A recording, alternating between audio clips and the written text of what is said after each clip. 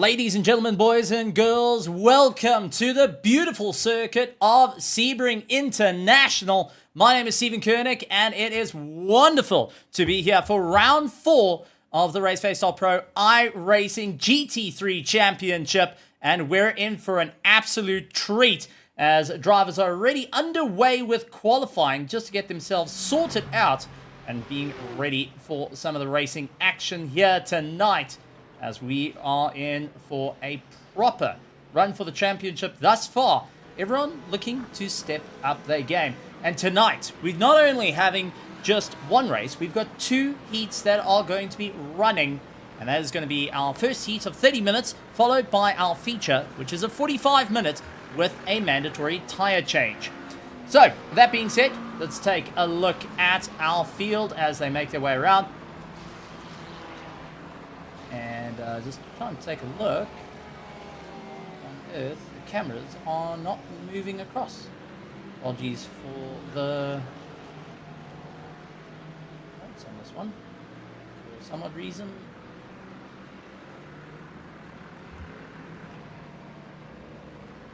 There we go. Alright, just need to try and get Tim the cameraman to sort out some technical difficulties, which is always fun to have right before we are meant to go live and round. It's been an exciting day here at Sebring, not only for our drivers, but at the top of the pile, Warwick Wilson currently leads out the pack, with Willem Buerta now putting in the fastest lap time with a 1:59.88 in his Mustang. Liam Swinburne making his return to racing and now looks to try and fight out for the top. Malcolm Pringle into 4th place will be charging his way through. Taking a look over to our virtual grandstands, a massive welcome to everyone, and phenomenal to see everyone joining in, and we're looking forward to some great racing so far. Willem Buerta, Warwick Wilson, Liam Swinburne, Malcolm Pringle, Jean-Jans van Rensburg down into 6th as Michael Donaldson, after a promotion last race, has been moved up into the pro class. He will be fighting it out with the top runners. Cameron Bastos holding 3rd in the championship, down in 9th. But it's Sean Rudolph who leads out our Pro-Am field. He's in 8th position and still putting in some good lap times. 2:06, as our drivers are all expected to get into the 2:06, 2-minute flat mark.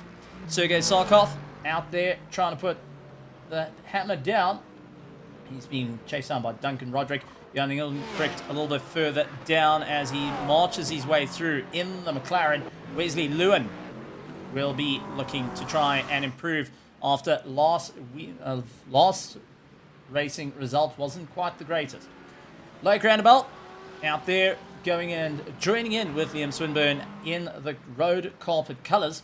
Etienne Swart holds on to 15th, followed by Tim Penny, Jakob van der Loof, all going in and putting down the power, hoping to really claw their way to victory. 32 cars here tonight that will be fighting out for top of the order. But at the moment, Willem Buerta, the driver to beat, leads out the class pro class, and also looks to fight it out as an overall victory. Sean Rudolph in the Pro-Am. Duncan Roderick will be trying to improve.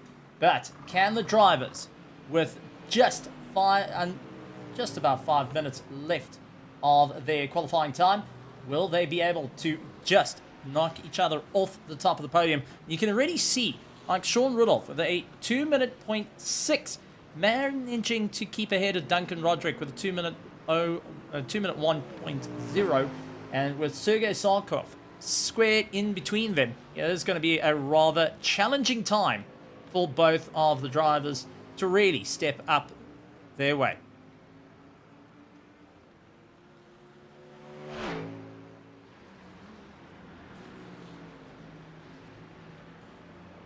So as we keep the hammer down, all looking good so far. Some great times being put in.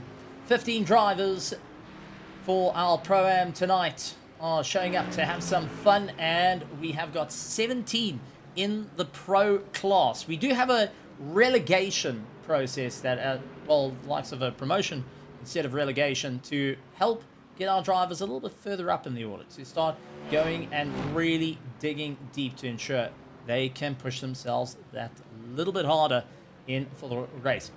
Bueta, however, leads out overall and still yet to be defeated in his time. He's hoping to get a proper charge for the line. Now, if we cast our eyes back to round 2, Bueta was actually in for the podium. However, went and landed up running out of fuel right at the last. That cost him a huge amount of time. Warwick Wilson hoping that he can really go and dial up the wick here tonight in second place. One of his best results thus far, and still wants to make it work in his favor. He doesn't want to be caught out losing time. He doesn't want to wait for any opportunity to escape him at this moment. He's wanting for it all to be playing into his hands to ensure he sits with some of the fastest lap times. These are going to be some big times.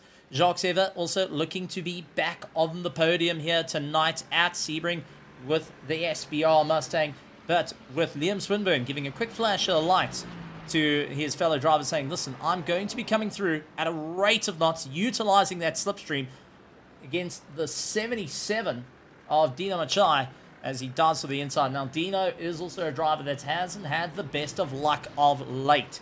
Even in the official races, it just hasn't turned out to be his great moment. Cameron Bastos running third in the championship will look to also move his way forward, but the likes of rival and been a rival for quite some time, likes of John van Rensburg looking to close that distance and be part of the fight. Many of the drivers starting to pull into the pits, calling it done and dusted for their qualifying, like Sean Rudolph.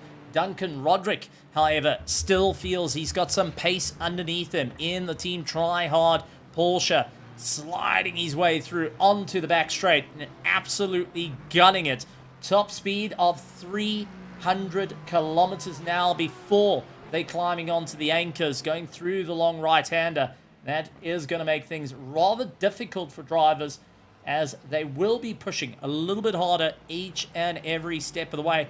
Late on the brakes, slings it through the right-hander, and then immediately flat on that gas, trying to move his way forward. And comes across the line, managing to do a 2:04 on that last one. Kaklelo McCarley going and having a bit of fun out there in the BMW. McCarley has been a dominating factor in racing, some highs, some lows, but still able to give it a good go. Doug Huber moves himself up into third place. He's going to be happy and only just got in as of a couple of minutes ago before everyone, and so he wasn't able to do qualifying. He just got sent out and really hoped for it to work out in his favor. Wesley Lewin trying to improve as he makes his way around. Time ticks over. 10 seconds left of this race. And now we keep an eye to the light as drivers look to really push the markers to see where they go, and qualifying draws to a close. So, folks, we are getting ready for a race and a half. This is round 4 of the RaceFace.Pro iRacing Championship, and it is going to be a feature here tonight where it's going to be all about how much pace you can keep in a difficult race. Now, we did have a late driver to join in.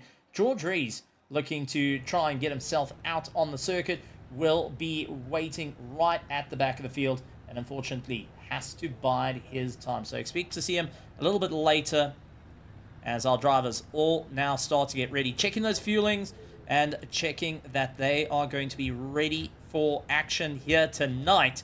Now, the track is rather warm out there. Many of the drivers have been saying grip falls off quite a bit. They are concerned towards the end of the stint that they will be battling to try and keep these cars in check. However, there is a chance to go and really push for some great points here tonight. And that is what the drivers are going to be aiming for as we get ready to go under green flag conditions. Each of the drivers will now think, what is the game plan? What do they need to do to make it work out here at Sebring as we get ready to rock and roll? Let's take a look at the grid, though, as we march our way through. It is going to be Willem Buerta, Warwick Wilson starting out on the front row. Jacques Evans, Michael Donaldson, Liam Swinburne, and Werner Swart in 6th. Malcolm Pringle will be starting out in 7th place with Cameron de Bastos, Jean Jans van Rensburg, Wesley Lewin, Jaco van Lith, and Sean Rudolph will be lying in that 12th spot. Paul Gerber in 13th, followed by Noah Hendricks, Sergei Sarkov, Jan Engelbrecht, Duncan Roderick, Doe Gerber, Kakleko Makali, Loic Randabel, Arno Kraus, Etienne Swart, Tim Penny, and Joshua Syme runs out in 24th.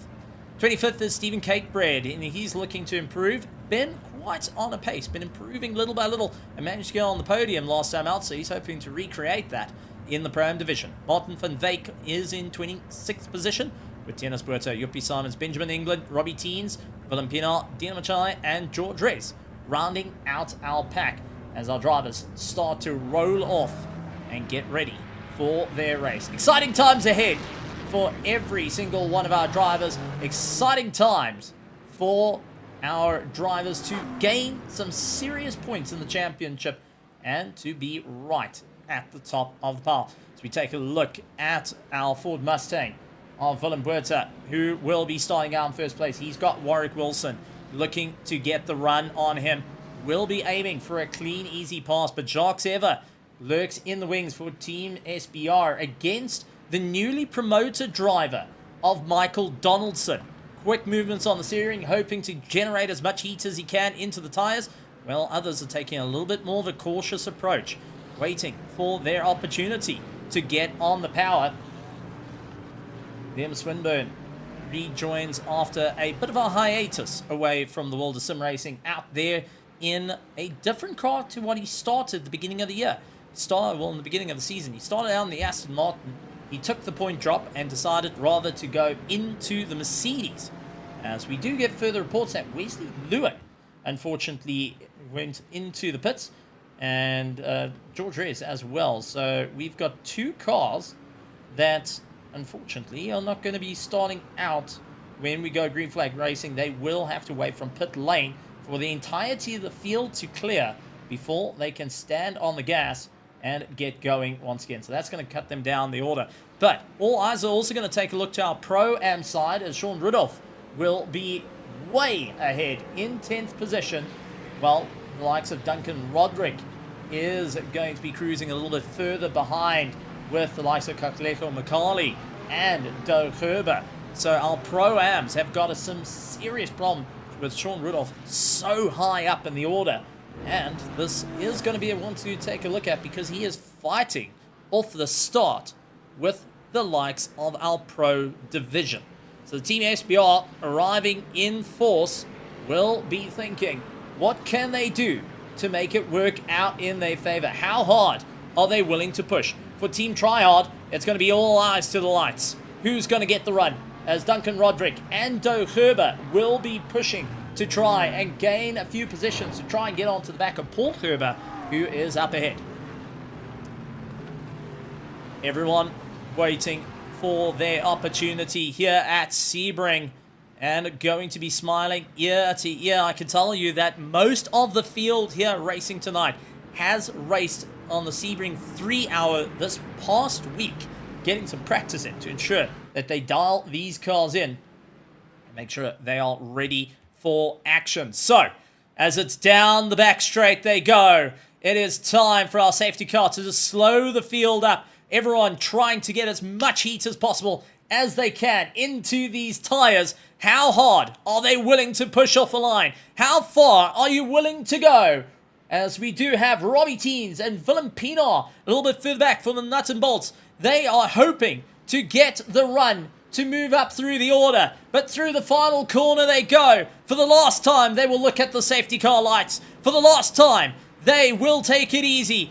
All to the start finish line as they wait for the lights to go off. Lights on, lights on, lights on.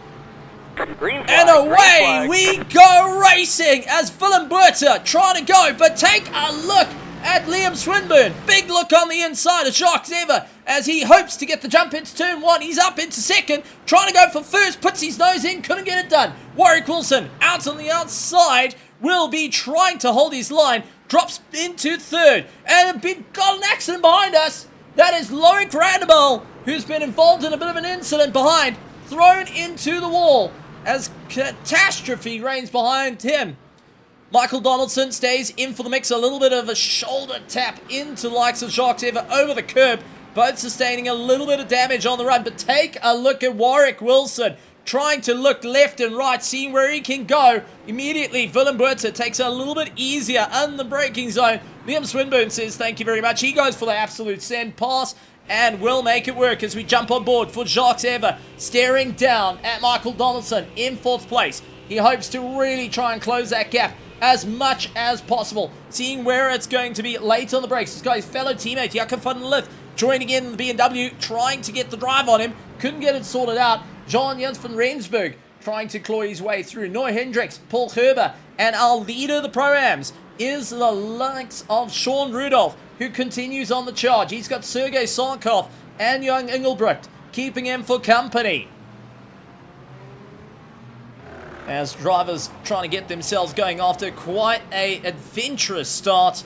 It has been a wild, wild one indeed. Let's quickly take a look at some of the replay. This is Martin van Wyk on the rear, late under braking, and sees the carnage up ahead. Oh, big impact into, well, and that looked like it was Cameron de Bastos that was caught up in the mix as well for start line. That's unfortunately quite a few cars taking a nasty, nasty ding off the line. Cameron de Bastos pointing in the wrong direction and is one of the drivers that landed up, thrown into, as we do have Wesley Lewin, Etienne Swart, Martin van Wyk, and the likes of George Reyes, unfortunately going to be hurting of note. And we also see Paul Gerber coming down pit lane. That nose absolutely crunched on his Mercedes and won't be too happy on the run. Thankfully, there is fast repairs that are available to get these cars back out on circuit. Currently leading out the pack, however, we have got Liam Swinburne and Willem Buerter trying to keep themselves in check. Warwick Wilson holds on to 3rd place as it's late on the brakes, doing everything they can to keep these cars in check, fighting tooth and nail as they hang on. It is going to be a hard push for all our drivers here tonight, and Willem Buerter knowing exactly he needs to keep the pressure on Liam Swinburne, doing everything he can because he's fighting out for the championship here as we jump on board this absolute raging Mustang. Late on the brakes, Liam Swinburne keeps it all together, not going to lose much time at the moment. Michael Donaldson falling a little bit back out of the train, and he will have Jacques Evert slowly but surely closing in, becoming a little bit more of a problem as the race goes on. So they've got to be so careful not to run into any issues. Oh, that's Willem Buerter. Gets rotated around into the wall. That is an absolutely broken car. And from fighting in 2nd, he will be needing some serious repair work on the car. A little bit further back, we got Joshua Syme, the defending Pro-Am champion, up against the back of Doug Gerber, who is keeping it all together. Looks towards the middle of the circuit. No way to get on by. Wesley Lewin trying to cut his way back through the field, as we saw a little bit in the back. But Joshua looked towards the inside. Couldn't get the pass, and Doug Gerber will hold on to 3rd place of the Pro-Am field. And he's got Duncan Roderick slowly but surely closing up for company here. He wants to make sure that he can stay in the running. But big talks coming in for likes of Buerter. Just having that rear end snap out underneath him, unfortunately costing him a huge amount of time. Will get that car sorted out, but unfortunately won't be fighting for the podium no more. So as our drivers look towards the front, seeing what they need to do, Joshua Doe, and take a look just ahead of them is Jan Engelbrecht, who holds on to 10th position overall, 9th in class, as Sean Rudolph once again starts to open up the distance, starting to try and claw his way back in towards the top. It's late braking. Doe sinks it in rather deep into the corner, and we did see Joshua try his luck. Immediately, Duncan Roderick smelling blood in the water around the Aston Martin, seeing that he has got a lot of understeer, starting to show up, and knows that this might be his one and only chance to really hunt down for the top. A little further down, George Reyes trying to make the move up through the order. The W2W driver has been incredibly quick throughout the season. This time out, been losing a bit of time. He's ahead of Robbie Teens, and immediately take a look behind Benjamin England on the climb for the Snails Racing as he closes onto the back of Robbie Teens at the moment. Late onto the brakes it's going to go as he tries to close the distance. Giannis Buerta stays in the mix with the Rothman colours. He's got Malcolm Pringle. Keeps the pressure on. Furnace-Watt, No Hendricks, Wesley Lewin and Mont van Veek rounding out the back of the field. But you can see Wesley Lewin tapering down quite a bit there and needs to consider what is the big plan. Etienne Swart gets the overtake on him and will be continuing out his drive. So, as it stands, Liam Swinburne leads out the race with Warwick Wilson in second place. They do get sights on our drivers just ahead, and that is going to be the likes of Martin van Veek of Team SBR, and just behind him, Etienne Swart of the Altered Carbon Racing team, who have just left pit lane after getting some damage repair on their cars and will be thinking about what's the big game plan here. Cameron de Bastos falling a little bit down the order after a nightmare of the start. Now tries to claw his way back with likes of Willem Pienaar, but take a look, a slow going BMW just ahead of him, and both are going to feel that Constantino effect rather quickly as they aim for the inside line, not able to get the drive. Routines, Willem Pienaar hoping to go around the outside, and Cameron de Bastos going to hold his line, seeing the BMW. He's going to possibly look for a box in here to see if this is going to be his game plan. Late on the brakes, tries to get the send through. Willem Pienaar looking for the undercut, just couldn't quite get it working out in his favour. Joppie Simons and Loic Randebelt finding out tooth and tail at the moment, as it's going to be Loic snaps across the nose and keeps Joppie in check. Joppie gets a big slide, he's able to save it, and managing just to get it saved. Brings the car back, loses out to Dino Machai, but now able to carry on the race. So just so many late goings at the moment. There isn't a lot of room on this track to really get into some good battles. You have to play a little bit of follow leader. However, big one coming in for Malcolm Pringle as he's desperately hunting for any pass.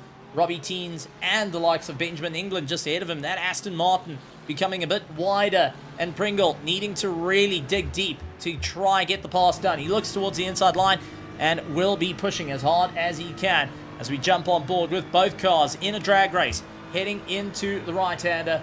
It's going to be a game set match for them at the moment, and it looks like it's going to be Malcolm Pringle if the understeer doesn't creep in on the BMW. Runs out a bit wide, going very, very wide, and immediately Benjamin England comes back at him at a rate of knots as they head towards turn one. Onno Kraus into pit lane. Werner Swart coming out of pit lane. So a couple of drivers just doing some work on their car as we head back up to the top. Liam Swinburne, Warwick Wilson running nose to tail as it stands. Start to catch up to Martin van Veek in Team SBR as we take a look just on the ground. You can see the immense speed of these cars. Michael Donaldson holds on to third place with Jacques Sever having a go at him, looking to try and put himself onto the podium yet again. Let's take a look at our Pro-Am as it's Sean Rudolph keeping the pressure on Sergei Sarkov. Sean Rudolph in the Pro-Am leads out with Jan Ingebrecht chasing him, who is a 9th place pro. And then behind, Joshua Syme, Doug Herber and Duncan Roderick continue to close the distance between one another. They've got Tim Penny coming in. The Chev is a pro driver, and he will be wanting to try and slice his way through the traffic as fast as possible. Kakleko Makali out there in the number 4 BMW is really keeping the pressure on to Tim Penny at the moment as they fight out for 14th and 15th place. It's going to be late on the anchors, and right behind would be Stephen Cakebread. But we also saw Wesley Lewin slots himself into the mix. And despite being a lap down, he's going to try and push for the points at the moment. Carly hoping to look for a pass coming off the straight. He's in the tow. Duncan Roderick holds a defensive line as they dive into the right-hander. It's going to be a quick dab on the brakes, and take a look at Tim Penny. Oh, contact Tim and Roderick. And that's also McCarley taken out in the process. Tim went for the inside line. Unfortunately, didn't work out. McCarley get caught up in the mix. Now, Tim is facing traffic the wrong way around. Everyone's slotting their way through on the exit, seeing that he's there. But Tim now needing to do almost a 360-point turn just to get that Chev up and going. And we did see McCarley into the pits, and it is going to be likes of Tim Penny as well to follow suit. Sean Rudolph keeps the pressure on to try and get past Sergei Sarkov, who holds 8th of the pros right now, who is just focusing. Keep the charge. Keep going. And how is this fight gonna go? Everyone hoping to just see it through. And with 30 minutes racing, it means it's going to be a tough time for all. Quite a few drivers visiting pit lane off the start of the bat. Now starting to feel the pressure of making up that time at a rate of not needing to really dig deep to get it working out in their favor. Malcolm Pringle and Yuppie Simons continue on their battle, as the likes of Yuppie Simons does not want to be caught out at the moment, with Malcolm Pringle under braking as he continues to try and figure out what is the game plan. What does he need to do to really claw into the mix? How hard are these drivers willing to go to score victories here today? And how far are they willing to push these cars as they continue on? So a quick look at our standings. Our Pro Division is led by Liam Swinburne, followed by Warwick Wilson, Michael Donaldson into 3rd. For our Pro, Sean Rudolph, Joshua Simon, Doug Herber continue to keep close to one another, but we keep an eye on Yuppie Simons and Malcolm Pringle fighting out for 12th and 13th position. Another close battle going on between them. But another battle that's starting to brew up is actually in our Pro Division. Donaldson and Eva pushing each other a little bit harder this time round. Both times getting quicker and quicker, hoping to really see it through to the end. It's going to be a tough time indeed for each and every one of them. And a little bit further back, the likes of John Jans van Rensburg and Jaco van der Lith are going and pushing each other a little bit harder. Try and close up the field, see where they can go. Doug Herber going and finding out where Joshua Syme has got the inside line. Joshua's going to try and battle back. He's in for the inside on left-hander. He loses out that little bit of drive in one, but it is going to be Doug Herber who slots back behind Joshua, who continues to keep the Aston Martin in 2nd place. But Doe starting to hunt down, seeing that there is an option, there is a way, and he can move forward. Just needs to keep his foot absolutely planted in it to make it work. A little bit further back, Willem Pienaar getting the jump up through the order, and that is Paul Gerber as Cameron de Bastos gets a spin out on circuit and wasn't able to get himself all sorted out. So let's quickly take a look at what happened. Puts the wheel off into the dirt and collects the wall with his nose.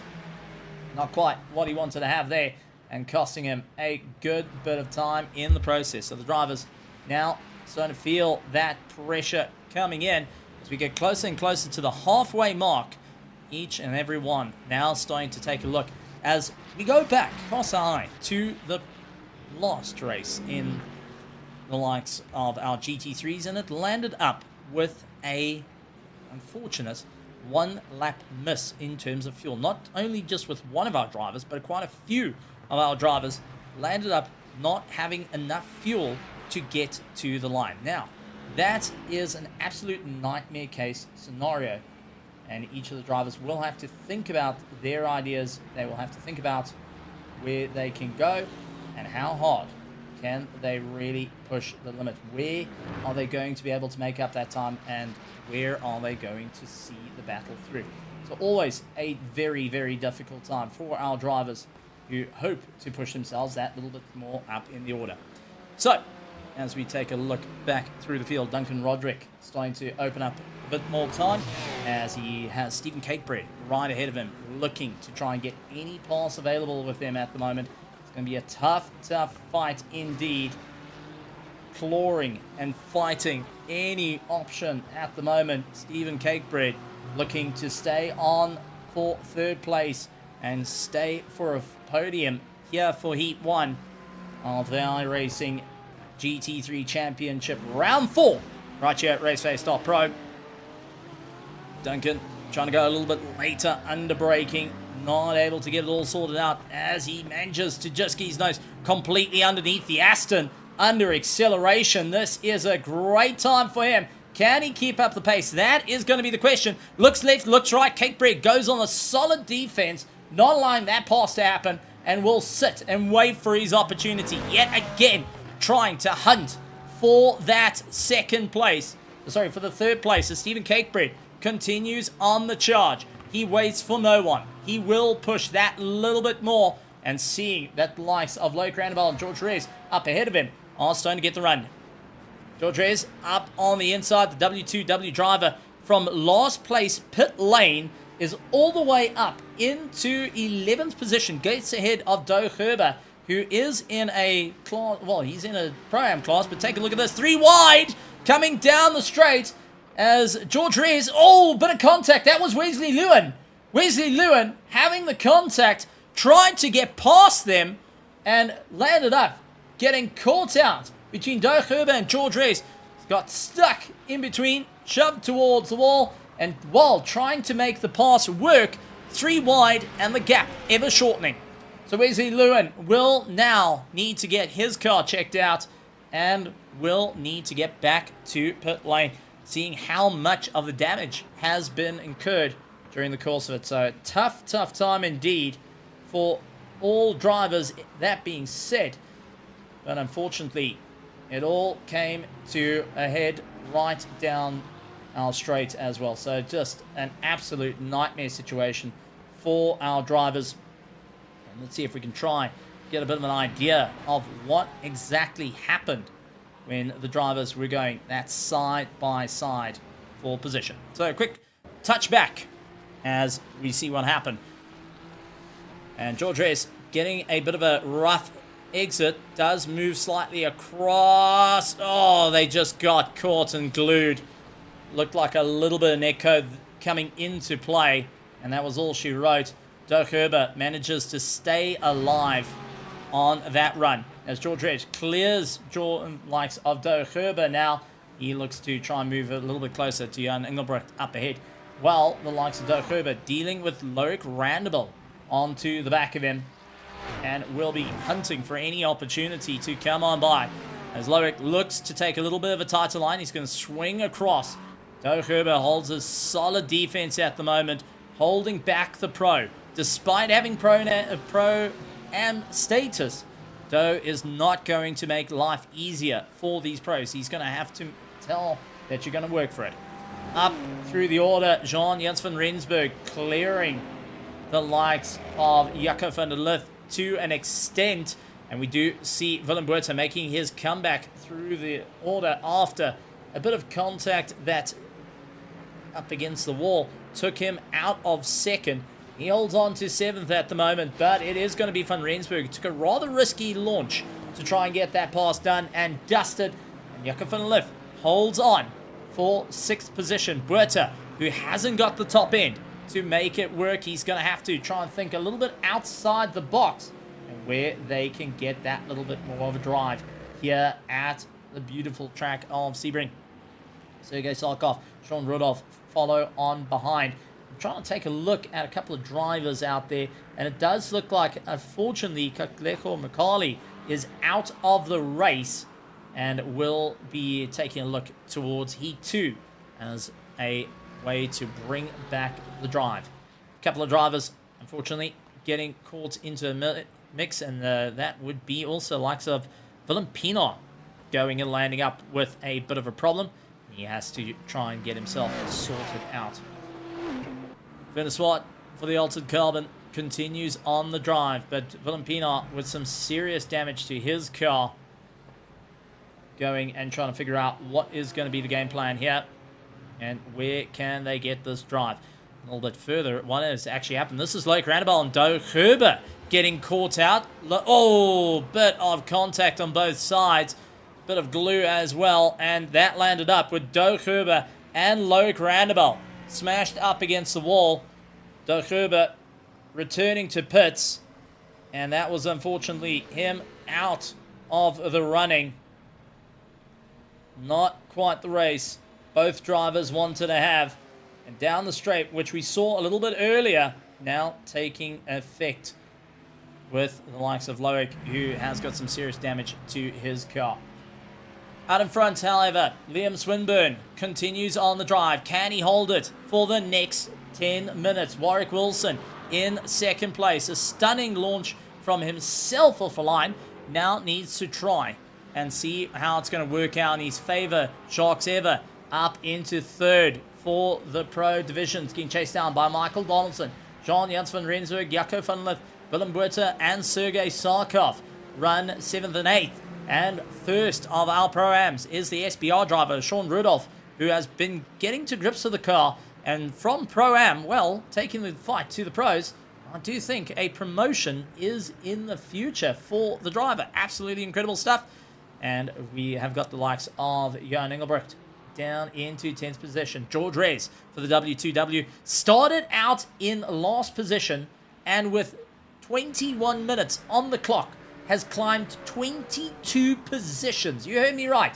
22 positions since the race, and is still clocking to put himself at the top. Stephen Cakebreed down in second of the Pro-Am class continues to try and figure out what can he do to gain some time here. How can he battle his way through? Now, I am getting reports a little bit further back, and I do want to highlight the fact that it is Katleko Makali back out on circuit. So for a driver that landed up in the wall, landed up with some serious damage, is now returned to the circuit and continuing to fight on. Absolutely tremendous, tremendous stuff. And I can't wait to see how he goes, fighting tooth and nail at this point. So it's all about bringing it back for McCarley. And it's great to see the teams all getting involved, cheering him on, and getting the driver back into the car. Nothing is more disheartening than going and having your car put into the wall, but nothing is even worse this minute.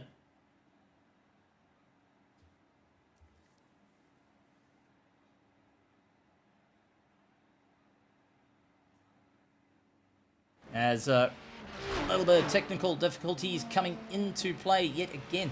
All the gremlins starting to come out this evening. Once again, apologise for all the little bit of fun that we're having out here. But McCarley, down into 29th position, is still continuing on a solid pace.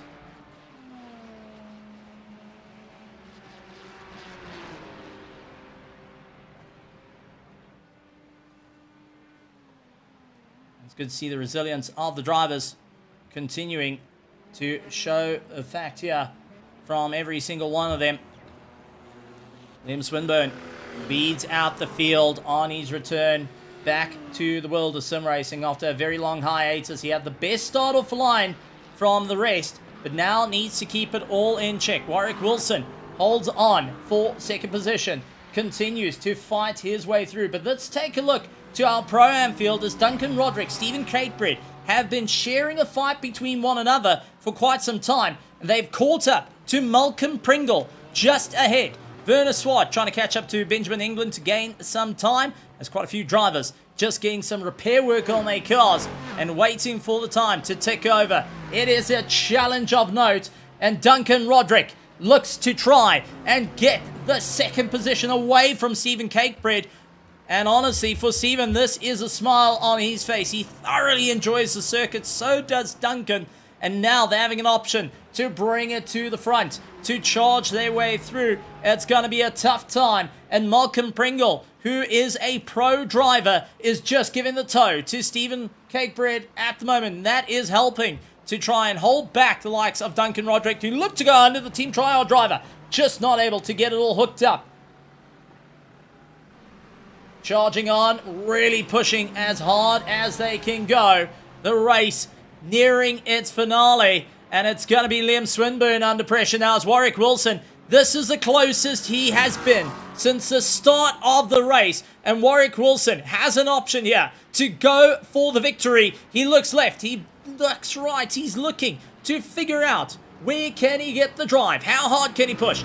Once again, looking left and right. Can't get that pass done and dusted. Waits yet another couple of corners. It's going to come down to the main straight. That McLaren is looking rather rapid at the moment. The question is, how much aero does Liam Swinburne have that might slow him up? Dirk Heures, Etienne Swart, Martin van Veek, unfortunately in pit lane, is going to be going and scratching their head, waiting for the time to run out. Paul Gerber going and having a bit of fun as well against Tienes Buerta as the two battle out. Buerta and Gerber wait for their time. Look to try and go side by side as the Mercedes. It's going to work the long way around. Paul Gerber not having an easy time out there. Continues to try and figure out where can he get this bit of momentum. And just behind them, Cameron de Bastos looking to claw his way through the field. Once again, Paul Gerber and Cameron de Bastos hope to keep the power going. Cameron looks for the inside line. Paul Gerber closes off and keeps that from happening and continues on the drive to really focus on what they need to do. I do have to take my hat off. Willem Pienaar, Kakleko Makali, and Wesley Lewin still driving. Noah Hendricks still driving. Robbie Teens, Loic Randall. These are drivers that landed up in some serious accidents at the start of the race. Landed up with cars written off, managing to get themselves going, and will follow what I always say. If you see the green, you gotta see the checkered, as we keep an eye on the battle for the lead. It is Liam Swinburne now feeling the pressure, looking in his mirrors. Warwick Wilson making it known he wants to get by any means necessary. He will look for any opportunity to move forward and to gain as much time as he can. Late on the brakes, trying to look for a pass on the inside, couldn't get it done. We'll have to wait yet again. Another fight going on. Sergei Sarkov up against Willem Buerta, struggling with the car as he is limping it around from second all the way into seventh. He's hoping to stay in the mix. He's got Jaco van Lith just ahead of him for company and will be pushing that little bit harder. Coming on to our long straight now. This is where it's down to power. Liam hasn't got anyone ahead of him too close to help him with the slipstream. A quick dab of the brakes means that he's going to lose that little bit of drive. Warwick looking a lot more put together this time around. Will hunt him down, closing at a rate of knots. And it's going to be all eyes to the front. Warwick looks to the inside, trying to bait a move. Couldn't get the pass done. Now, has he gone out too far wide?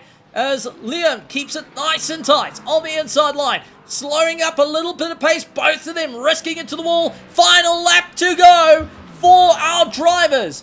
Loic Randall will be needing to get into pit lane. Etienne Swart, unfortunately, crashing out. But we're on our final lap. Sean Rudolph has cleared the Pro-Am field. George Reyes has set the fastest lap time of the race, and he's in 10th with a 2-minute dead in this race. However, Warwick and Liam Swinburne fight out for the top spot in the pro field. Stephen Catebread and Duncan Roderick are fighting for second and third. They are absolutely brawling at the moment, trying to figure out where can they get the pace. How far can they move forward? A little bit up ahead. Noah Hendricks looks in his mirrors. He sees these two crawling up on him at a rate of knots. The asymmetric racing driver will need to try and figure out, can I keep the pace? Can I go forward? Or is he going to lift and allow this fight to happen around him? Warwick Wilson trying to get this McLaren to work underneath him, fighting left, right, looking all over, trying to see what is going to be the game plan here. He's running out of time. He's running out of road. He needs to really dig deep to make it work. Noah Hendricks goes and gives a little bit of a tow for the likes of Liam Swinburne. This is going to help Liam, and it's going to be to the detriment of the likes of Warwick Wilson as it stands. Stephen Cakebeard and Duncan Roderick continue on their charge to fight for second place for the Pro-Am field, but this is for the Pro with one corner left. Is Warwick Wilson going to be close enough? Is he going to go for the send? Is it going to work? As Liam Swinburne enters the final corner, it's going to keep it all together. Warwick has given up the fight. He's slowed up just a tad. Look for the inside. Can he put the power down early? swings it out wide. Liam Swinburne takes the victory in the Pro with the likes of Warwick Wilson in second place. Jacques Sever hangs on for third for Team SPR. Michael Donaldson up into fourth. Sean Rudolph will take the victory in the Pro-Am field. But let's quickly take a look at what second is going to be like. Because at the moment, Stephen Cakebread and Duncan Roderick continue on. They just overtook. That is Willem Buerta into the wall and loses out yet another position. Cakebread into 12th, Roderick into 13th overall as they fight for second and third. Roderick trying to go a little bit tighter through the final corner. Stephen Cakebread holds on. Can he keep the power going? Pushes as hard as he can. It is going to be Stephen Cakebread taking second place ahead of Duncan Roderick here at Sebring for Heat 1. Phenomenal drive as our drivers pushed their way through. They had a tough time out there. And what a stellar charge. It was a hard-fought fight for every single one of our drivers, and nothing's more telling than Tiernas Buerta going and landing up with a bit of damage on his car. But we got to take our hat off to a couple of drivers. Noah Hendricks, Loic Randabal, Dina Machai, Willem Pinal, and Kakleko Makali able to get those cars across the line and showing zero quit in the race. And that's the way you got to see it. Drivers pushing that little bit more to give it everything they got and to see it. Absolutely phenomenal work. Well, with that being said, let's take a look at our results. And they'll be coming up shortly to give us a bit of an idea of what happened in for our races. But that being said, let's take a quick look at our championship standings, as we'll be pulling them up a bit shortly here.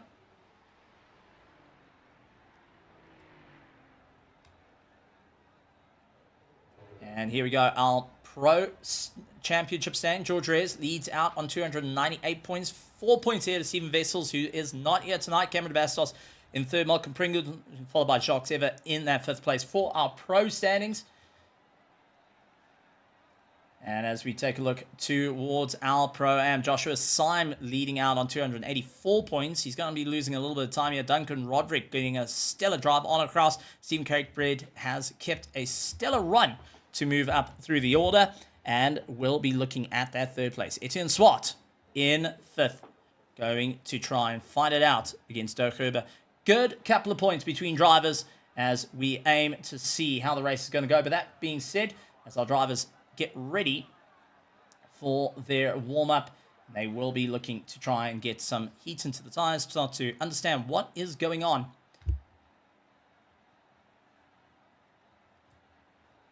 And our timing board acting funny again. It's been an interesting time, unfortunately, with our software. Once again, apologies for the chaos of that. I'll try and get it resolved as quick as we can. But gotta say, a fight of note for the podiums, last of the podium spots for the likes of our Pro and Pro-Am. Liam Swinburne gets a victory in the Pro class, but had to work against the likes of Warwick at the time, and Warwick didn't make it any easier.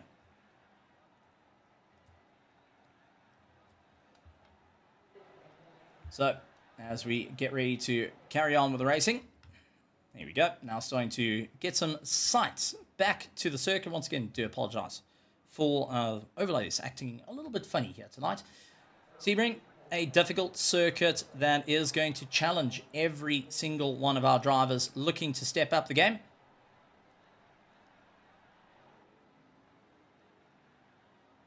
Michael Donaldson hoping to really get the drive and will be looking to stand at the top.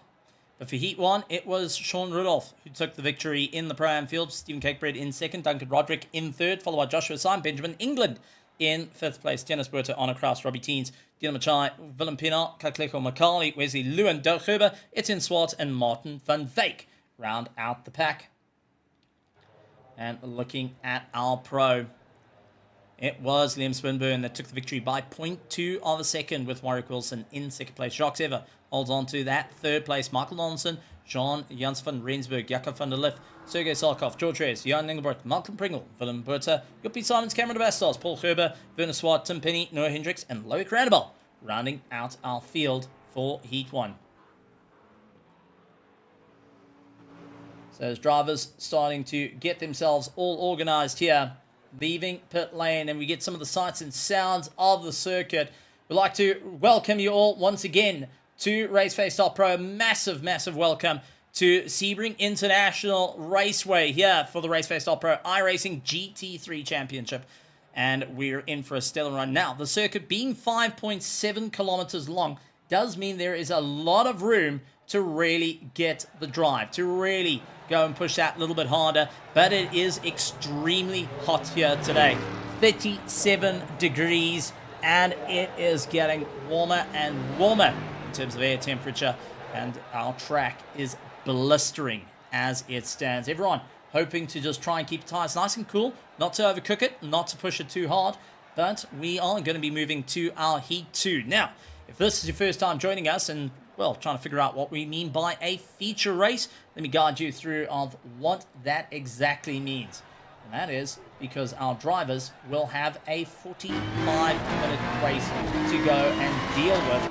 And that 45-minute race means that they have to do one mandatory pit stop with a full tire change. Now, where that comes into play here in the world of sim racing, especially with these cars, is tires take a lot of time to warm up. They are not in tire warmers. They will not be hot as soon as you put them on the car. They will be ice cold. And in the rules of IMSA and get followed here in the world of iRacing, we have got to have our tires in the garage. You're not allowed to have it outside parked out in the sun. You can't use the old trick of leave it in the sun and get the rim warm, eventually working out in their favor.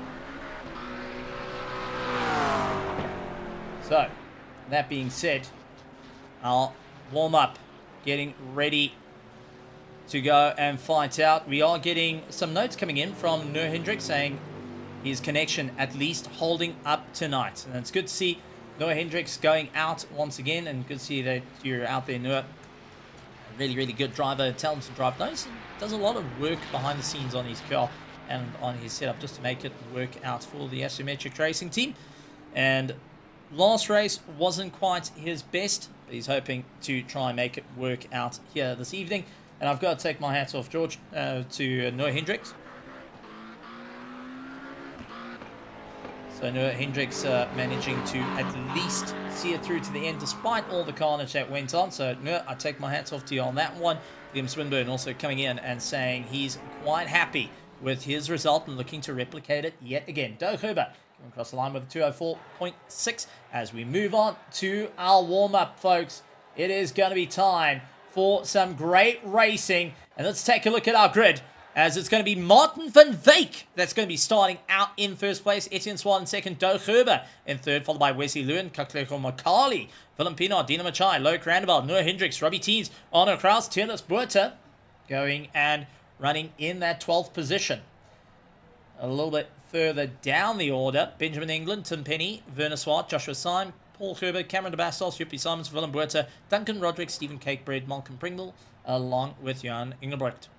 A little bit further down, George Heures, Sean Rudolph, Sergei Sarkov, Jakob van der Lift, Jean Jans van Rensburg, Michael Donaldson, Jacques Ever, Warwick Wilson, and Liam Swinburne rounds out our 33 car pack. And, well, let's talk about this. And we do have George Heures saying, sorry for being late, I forgot, went 1 hour back. Well, George, it's still wonderful to have you. Glad that you made it. And even with 1 hour back, you still managed to put yourself up into the top 10. So I think next time we've got to move 2 hours back if we want to have any chance against the W2W driver who has been on a roll. Now, many might be wondering, hang on, this grid looks a little bit turned around. And you will be right, as this is a full grid reverse. You heard me right.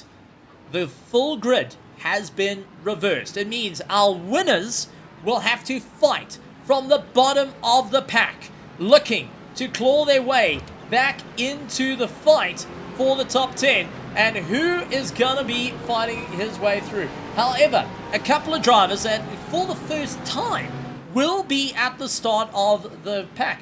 Martin van Wijk and Etienne Swart have never started on the front row in any of the RaceFace series, and now look to try and keep it going. Heures, who has been towards the second and front row in a variety of vehicles, is going to be a little bit more at home and a little bit more at ease with being ahead of all the chaos that may ensue. Wesley Lewin, after a nightmare of a Heat 1, looks to try and claw his way back into the fight. Kakleko McCauley going and getting an opportunity, will be in fifth, with Loic Randabel leading out our pro division up through the field. Now, Loic Randabel, last time he was fighting ahead of the pack, he landed up losing a bit of time at Indianapolis off the start. Can he keep it in check here tonight? Noah Hendricks going to be quite happy for the Asymmetric Racing team, as he's got an opportunity to go for that top 10 as the drivers navigate their way through here at Sebring. Tensions start to rise. A full grid reverse. Philippina, Warwick Wilson and Robbie Teens opting to go and start from pit lane. An interesting choice for the likes of Philippina, Warwick Wilson, Robbie Teens, as that is going to cost them a lot of time. And Warwick Wilson, who was one of our front runners, who was chasing for second place, now going to be at the back of the field in through pit lane, hoping that he will avoid any sort of carnage that may happen under the braking on cold tires off the start of the race. However, if it doesn't pay out in his favor, he's got a lot of hard work to do and a lot of time to catch up. Remember, he will not have warm tires. He will have to wait that little bit more. But our race winner, Liam Swinburne, means that he's got a little bit more room to play with at the back. Jacques Evans, Michael Donaldson, all going to be running ahead of him and looking to claw their way back into the mix. 18 pros will be fighting it out. 15 pro-ams as we get ready to go under green flag conditions. Down the back straight we go, as drivers have warmed up their tires. They've got themselves sorted, and the teams are getting wild. Whether you're a Team Heap Together fan, a Team Try Hard, a W2W, an Altered Carbon Racing, or an SBR, we've got it all here at RaceFace. We have got everyone ready to rock and roll, and it's going to be a charge to the front. The Racing Snails are looking to claw their way back into the points, and now it's time for our feature race. 45 minutes, one mandatory pit stop with tire change, and it is all about to go under green flag conditions as we get ready to go. Lights on. Martin van Wijk trying to open up a little bit of room. Etienne Swart looks to try and join up, and green flag racing we go as all the drivers launch their way. Dino Machai gets the best start of the pack. He dives to the inside line, getting past Heures, and looks to slot himself into second place behind Martin van Wijk. Wesley Lewin follows him through and tries to continue to drive. Side by side they go, late on the brakes as the concertina kicks in. Tienes Puerta trying to move his way up in the order. Late on the anchors with Benjamin England all over the back of him, trying to find where he can get on by. Joshua Simon, fortunately, falls and loses some time as he tries to keep up the pace. Everyone starting to settle into their groove as Heures fights out against Etienne Swart. Loic Randabel looking to try and put his nose in as well. Second guess is the option. He's going to try keep pushing and forces his way around Heures. Kakleko McCauley comes in with a BMW up against the likes of Tim Penny in the Chev, and Heures having a go ahead of him, but Tim Penny's going to go deep on the inside. McCauley could not defend the position, looks to try and work his way around in through the left and the right. He tries to keep it all together, but just couldn't keep up with the Chev ahead of him. Tienes Puerta now looks to try and slot his way through, late on the brakes in the Rothman colours for the Porsche. Werner Swart a little bit further back, holding third of the Pro-Ams, now looks to try and open the distance as well. So Randabel looking to keep the momentum going for the Pro class. Van Wijk leads out the likes of our Pro-Am off the start of the race. Wesley Lewin closing up at a rate of knots. Now looks to try and make up some time in this battle, looking to see if there's any way to get on by. Looks on the inside. He's going to try go for a late braking. Couldn't quite get it cinched in. Had to wait out just that little bit more. None of the drivers having any room to play with here. McCarley loses out to Tienes Puerta. Try to go for the undercut on him. And Werner Swart keeps a solid drive out of the corner.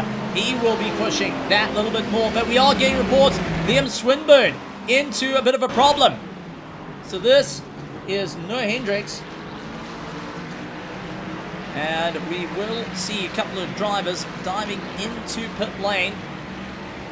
Noah Hendricks having no problem there, but this is Liam Swinburne coming off the back straight. What on earth happened to him? Sean Jans van Rensburg in the Honda understeering out from him, and oh, big mistake coming in for Liam Swinburne. Cold tires and bang into the wall.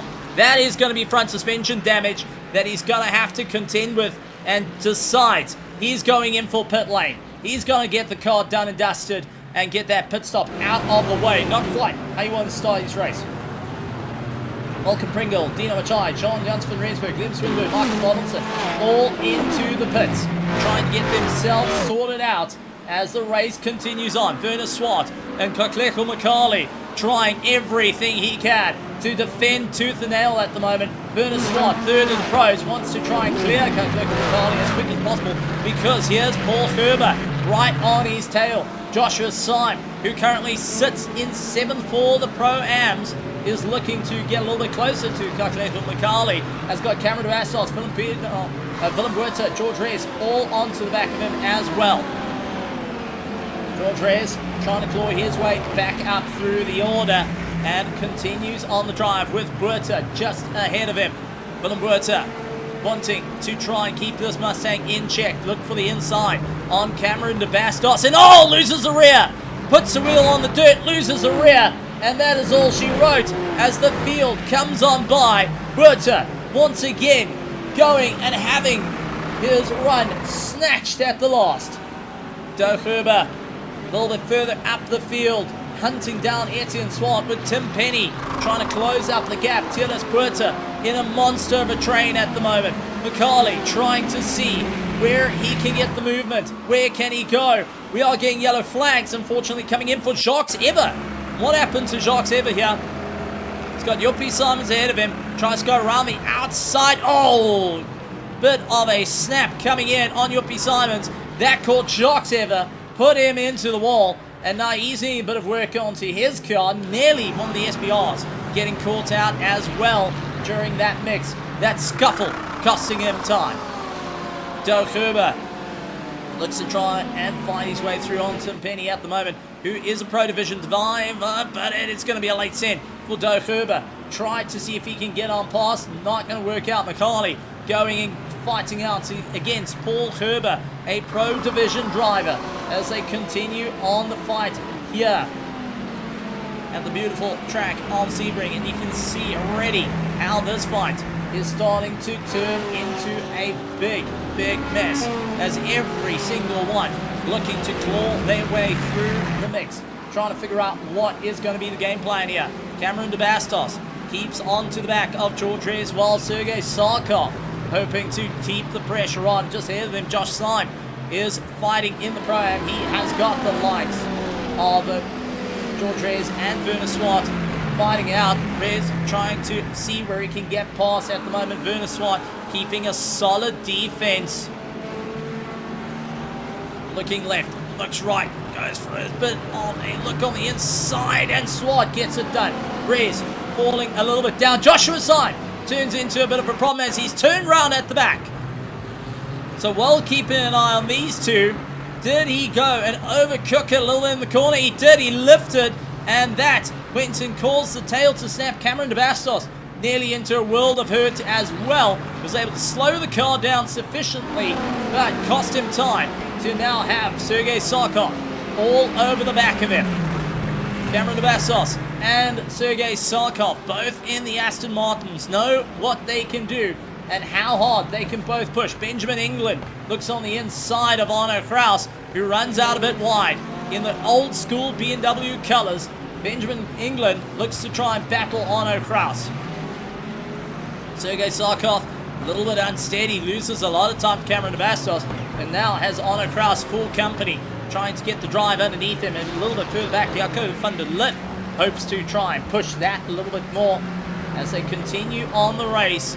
45 minutes. It's when you're going to do your pit stop is the question for a lot of these drivers. How far are you willing to go in the race? Now, these cars can be filled to the absolute brim. They can get themselves sorted that one tank will last in the race. However, a tire change can go and cost them up to 30 seconds during the course of this race. The question is, how much are you willing to gamble it on the line? How much are you willing to push that little bit more to ensure you're in for a fighting chance? There's always going to be the long and hard questions for our drivers. Tim Penny keeps pressure on Etienne Swan ahead. He has Doug Herber keeping him close company as well. Wesley Lewin, Mon van Veek currently lead out our Pro-Am division and overall, with Luke Randeveld leading out our Pro division. Etienne Swan holds on to 4th place ahead of Tim Penny in 5th, who will look for the inside line. He's got the drive, he's got the toe. Can he make it work? He's going to have to go a little bit later on the brakes, and a big send close to the wall. He does get it hooked in. He gets the pass, but can he keep the drive on the exit? And it does look like the chef put together to keep it going. Further back, Coakley Humacali loses out to George Reyes, who climbs up into 9th position. Paul Gerber trying to get the run on Tiernis Burta. Gets a clear pass. Doug Herber is the next in line for the Team Tryhard driver. And this is going to be interesting. Two brothers, two different classes, Pro and Pro-Am, look to brawl it out. Doug Herber, fighting for class position against Etienne Swart at the moment, is going to be losing a little bit of time. Well, hunting left and right. That immediately has to Paul Herber losing out of position to Tiernis Burta, who gets the run through the right-hander. George Reyes now trying to give it that little bit more of a push to work out in his favor as Burta sinks it in a bit deep and loses out a little bit of time. Cameron Bastos keeping the pressure on Werner Swart and Kakleko Makali, hoping to stay into the top 10 overall here. It is going to be a long and hard race. It's going to be arduous as Tiernis Burta has the likes of the W2W driver George Reyes, ducks on the inside, clears the pass, and continues to have the drive through the exit. That Ferrari set up and is ready for action. Tiernis Burta, a quick flash of lights, saying, right, now that you got past me, buddy, you need to go, go, go, because Makali has caught up to me. And he is bringing a train of Werner Swart and Cameron Bastos that little bit closer for the top 10 fight. Sergei Sarkov in a little bit no man's land as Arno Kraus, Jakob van der Lith keep close to one another. Benjamin England, Noor Hendricks, Duncan Roderick, along with Team Cakered. But we've got a little bit of problem. Mott van Veek has an issue. Down into 2nd place. Wesley Lewin looked good. And here is Van Veek running out a bit wide in the rear. Snapped out underneath him. Big impact into the wall. He is now trying to get that car up and going. But it hopes to hold on for the podium position. Done and dusted. The SBR team needing a bit of work here with their cars. And here is Jan Engelbrecht out there in the Vodafone colours. He is trying his luck. Unfortunately, all contact against the Mustang of Jacques Ever, and that has turned him around, losing out a bit of time. As the race continues on, all the racing starts to change as George Reyes going and literally elbow to elbow. Oh, get caught out, and that has spun him out. Doug Herber going and keeping it all together, but Reyes, who goes and loses out that drive and has got significant damage to his car, was trying to get past Doe, went over the curb, threw him out wide, and that was all she wrote. Sergei Sarkov now looking to try and clear Makali, who is in for the fight. Now, this is going to be a bit of an interesting game as the drivers will see who's pro, who's pro-am, and who they're willing to fight with. Who are they going to let by easier than others, and will be looking to push themselves that little bit more in the race as Wesley Lewin leads out the Pro-Am. Etienne Swan, Doug Herber hold on to 3rd. Logan Randall to Penny and Paul Herber run 1st, 2nd and 3rd of our Pro field. So Gracie, everyone trying to figure out what is the game plan here. Donaldson trying to make up some time further back. will be thinking what on earth he needs to do to make it work out in his favor. How much are they willing to push their way to the top of the order? As the race has not settled down, but take a look at this. Two brothers fighting it out. Paul Heures caught behind Doe Heures at the moment, trying to utilize that slipstream. Doe leans in for a little bit of pressure into the final corner because Turnus Berta is hanging in the mix. Oh, contact! Contact against Paul and Doe Heures, and that was just Paul not seeing where exactly that Doe's going to break. Turnus Berta says thank you very much, and he's got a clear pass along with the likes of Werner Swart, who continues on to the mix. Paul hopes to try and keep on to the back of Werner Swart. Take a look at Berta up on the inside of Doe Heures as they fight their way through, and it was a clean pass for Turnus. Werner Swart now feels the pressure to try and get past the likes of Doe Heures as Cameron de Bastos in for the mix as well. As he runs in a little bit deep, Cameron de Bastos trying to battle back. Looks left, looks right, can't figure out where he can go. McCauley falling down the order like a lead balloon has unfortunately gone and lost out the run. No damage to the car by the looks of it, but the rear end definitely spat him out. And now down 11th in class, 22nd overall, and does lose that little bit of time. Warwick Wilson out on circuit in 22nd position as he gets the pass. Chasing down Philippe Pinot up ahead under braking. Continuing to figure out where does he need to be to make this work out in his favor. Pinot will be starting to stress. What does he need to do to keep the pressure on as McCauley down to 23rd will be looking to try and claw his way back into the mix. Jakob van der Lift continues to fight on against Paul Heures. George Reyes trying to make up some time after a nasty turnaround, and now will be thinking, what is the game plan here?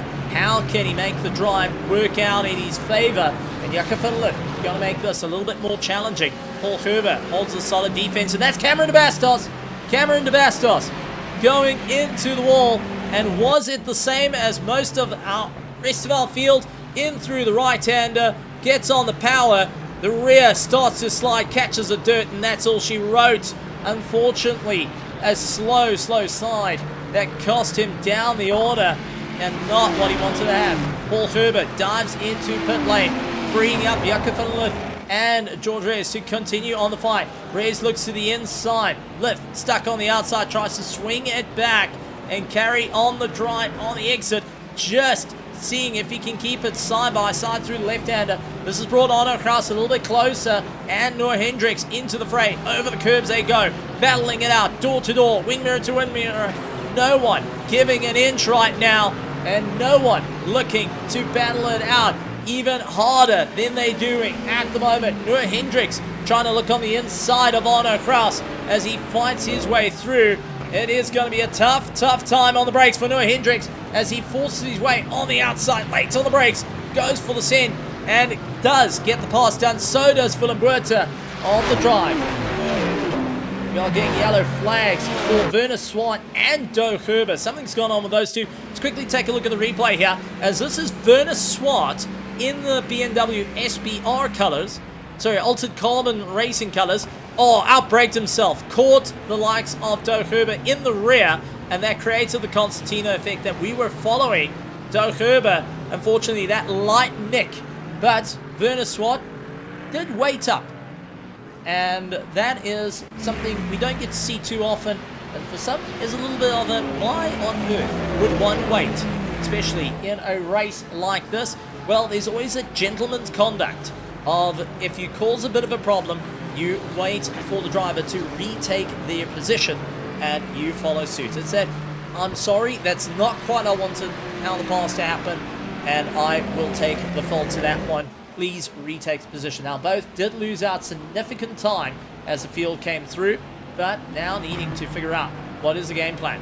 Liam Swinburne, yellow flags for him, and he was going side by side with Jean-Jens van Rensburg in the Honda NSX. A light tap on the rear for both cars. Liam getting a bit of a tank slap, a slow slide, comes in front of Paul Heures. He's able to get it going yet again, but lost out that little bit of drive. No one wants to give an inch. Unfortunately, someone will get the spin. Noah Hendricks and Willem Buerta now fighting their way through in the Pro Division, trying to make their way up through the order. And we have got a redo of a previous fight. Take a look at this. Stephen Cakebread, Duncan Roderick, door to door, up against one another. And they've got Sean Rudolph for company in the Mustang. Rudolph, who took the victory in Heat 1, is now seeing the fight that was happening for second and third. Duncan Roderick continues to keep ahead of Stephen Cakebread. As Cakebread holds the inside line, he's going to go late on the anchors, trying to bring that nose a little bit forward. It is going to be a tough fight for him. And he does keep ahead of the likes of Sean Rudolph. And now it's Duncan Roderick for a bit of company as well, just ahead.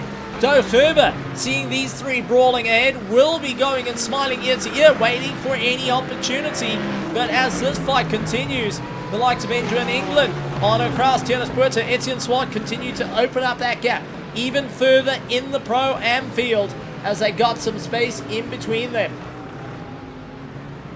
And what a fight that has restarted that we saw in Heat 1. Now come alive in Heat 2 with Stephen Cakebread and Duncan Roderick still pushing to try and close up. And we have got a bit of a yellow flag situation coming in. This is Paul Heures, and right behind him, Liam Swinburne. Now, what on earth has gone on here? Late on the braking. Oh, just clipping the rear of the car. And there's Paul Heures. Oh, and getting clipped on the nose as well by one of the SBR cars. That's going to lose out a little bit of time. Paul Heures not going to be too happy on that little tap there. We'll be thinking, that's not my quite cup of tea I wanted to deal with. And now we'll have to find his way through. Wesley Lewin leading out the pack has got Loic Randabel. Second place for company. Tim Penny continues on the drive. And just trying to sort out as a little bit of strain coming into play here.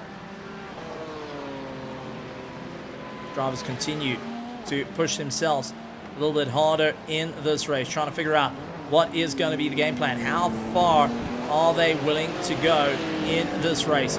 How far can they push themselves to really keep in the fight? But Etienne Swart in a little bit of no man's land. Second place in the pro class has got Tienes Buerta holding on for third as they wait for an opportunity. Michael Donaldson trying to claw his way up through the order has got Martin van Wyk for company. Jacco van der Lith just ahead as Donaldson caught in between. Oh, contact between van der Lith and Donaldson. He keeps his foot on the gas. Both did. And there's Donaldson into the wall. Van der Lith going and landing up with severe damage. Cameron de Bastos clawing his way around both of them and gaining some free positions there. Unfortunately, that is quite a few cars that are now officially properly second-hand. Not a fun time for some, and for some it's a night to remember.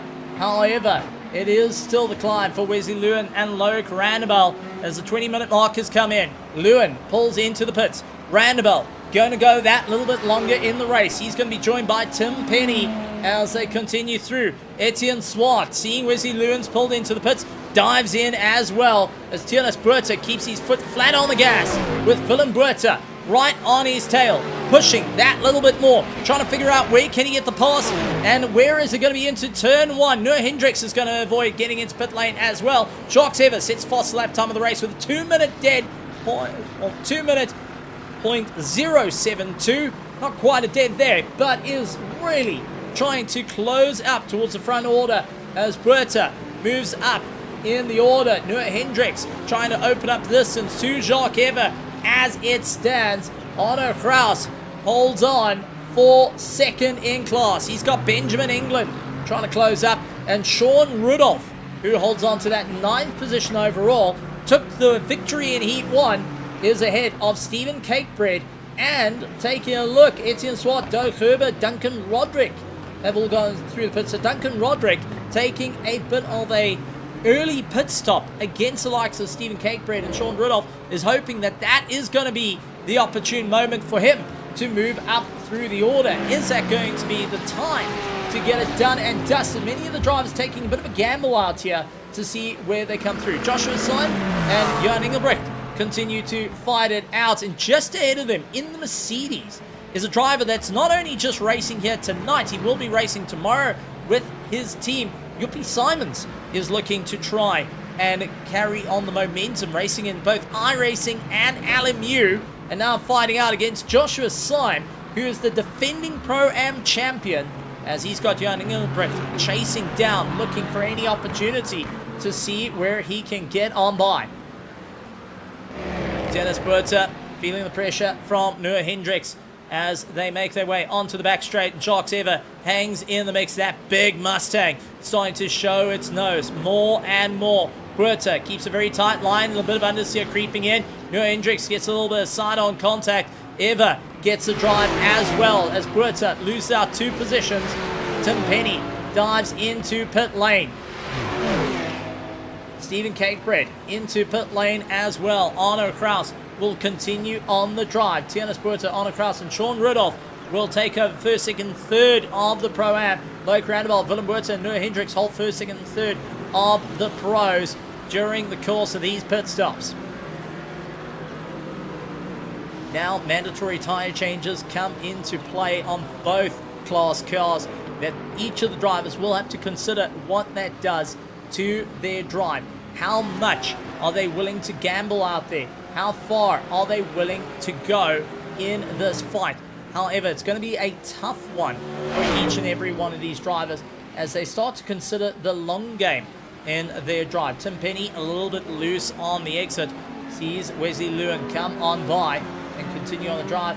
George Reyes trying to get the drive past the likes of Jean-Jens van Rensburg, and that is also Liam Swinburne trying to also carve his way through. He is unfortunately not in an easy spot at the moment, as Etienne Swine is just ahead of him. Jean-Jens van Rensburg and George Reyes in the pro class looking to try and open up the distance to him as it stands.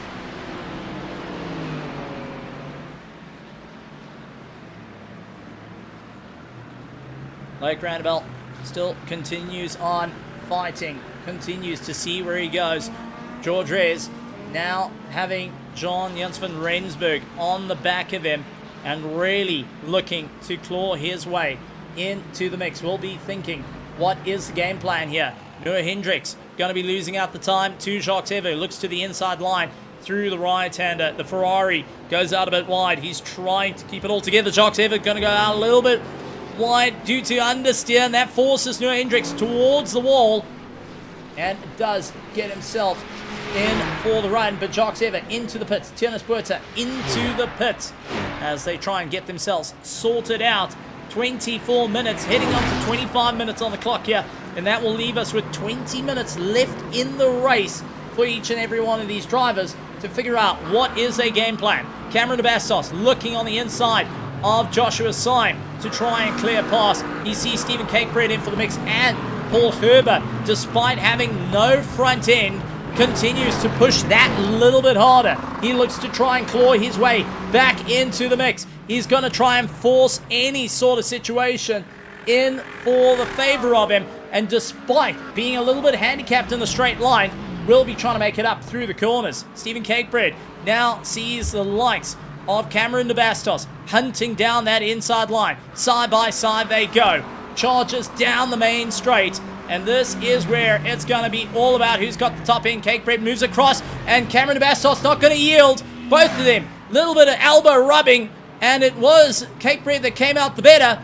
And here comes Paul Herber, gets a drive. Stephen Cakebread came off the throttle, realized, hang on, there's a problem here. He's going to try and fight it out against Paul Herber, and does manage to get ahead as he's keeping Paul Herber in the mix to try and protect himself from Benjamin England in the Pro-Am division. Herber does not want to hold back now. He wants to try and clear the distance as fast as possible and to get back on the attack to Cameron de Bastos. So you have the racing line. He does break that a little bit later. Cakebread does slot in behind, and now Benjamin England keeps him for some company.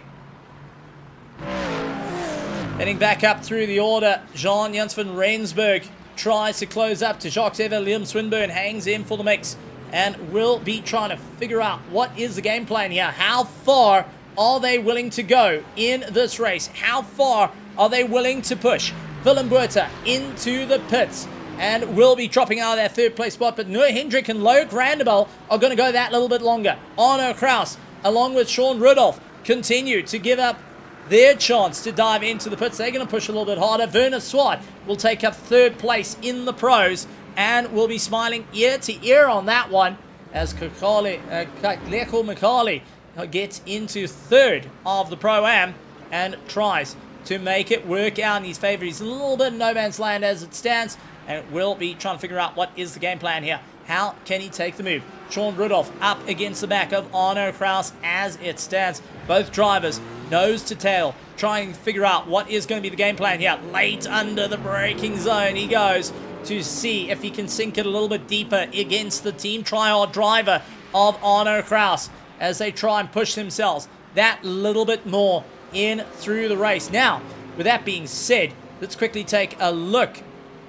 at our drivers and see who has gone into the pits and who hasn't dived into the pits, because that is going to dictate how this race is going to turn out in this time.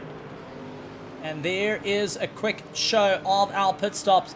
Our top 5 yet to go into the pits to get themselves sorted out and back out on circuit. Warwick Wilson getting the pass towards Martin van Wyk. Will try around the outside.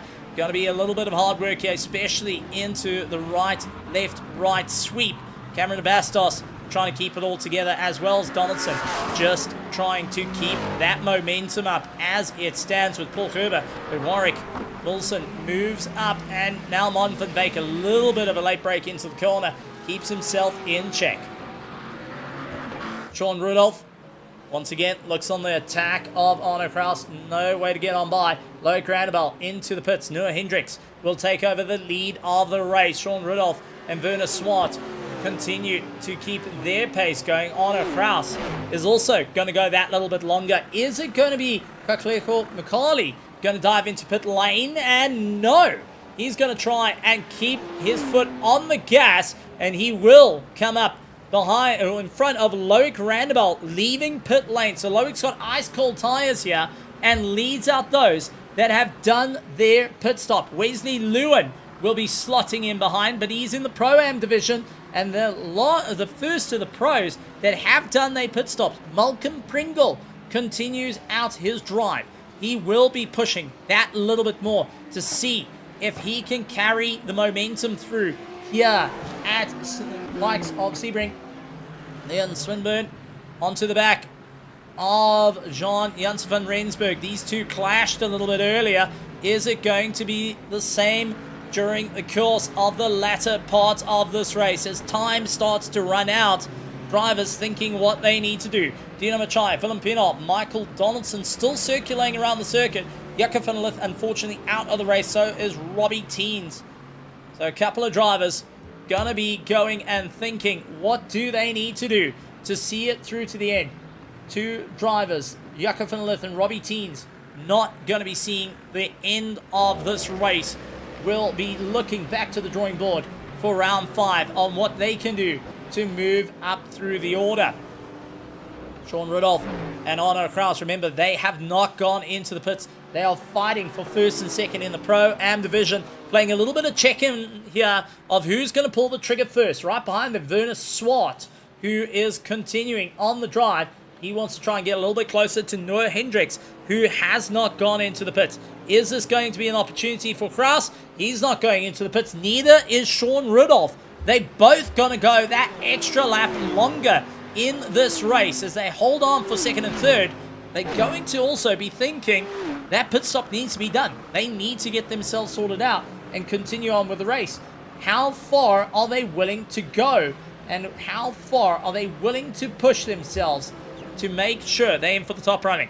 Tennis Puerta dealing with Warwick Wilson as it stands. Warwick into the toe, pulls himself along, seeing for any opportunity. Looks to the right-hand side, looks to the left. No way to get on by just as yet. Tennis Puerta making sure life is difficult. Liam Swinburne, however, lands up with a bit of a problem and gets a drive-through penalty. There he stopped off. Warwick nearly into the back of him. What a dodge for Warwick Wilson to not get into the back of Jean Janssen van Rensburg. But what happened to him? So going out a bit wide, Liam Swinburne went for the inside line. Oh, that clip on the rear came in a little hot. Caught the rear of Jean Janssen van Rensburg, who tried to drift it around the corner and didn't have an easy time. But let's take a look at this as he tries to get himself going. Oh, Warwick managing just to narrowly miss it. And Jean Janssen van Rensburg able to get on the power just that little bit earlier to just carry the car forward. But Liam Swinburne now with a drive-through penalty going and falling down after a victory at the start of tonight.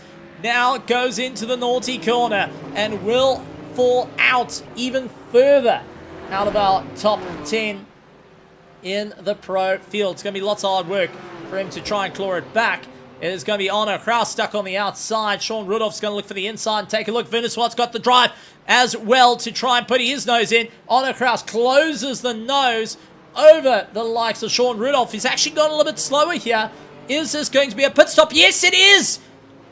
Yes, it is. All three dive into the pits. Arno Kraus, Werner Swart, and Sean Rudolph. Sean was hoping if he lifted, he would get in without Arno Kraus knowing. However, Arno watched his mirrors, checked how slow he was going, and dived in the pits ahead of him to get rid of that undercut. What a great situational awareness coming in there to just spot the competition and where are they going to dive into the pits.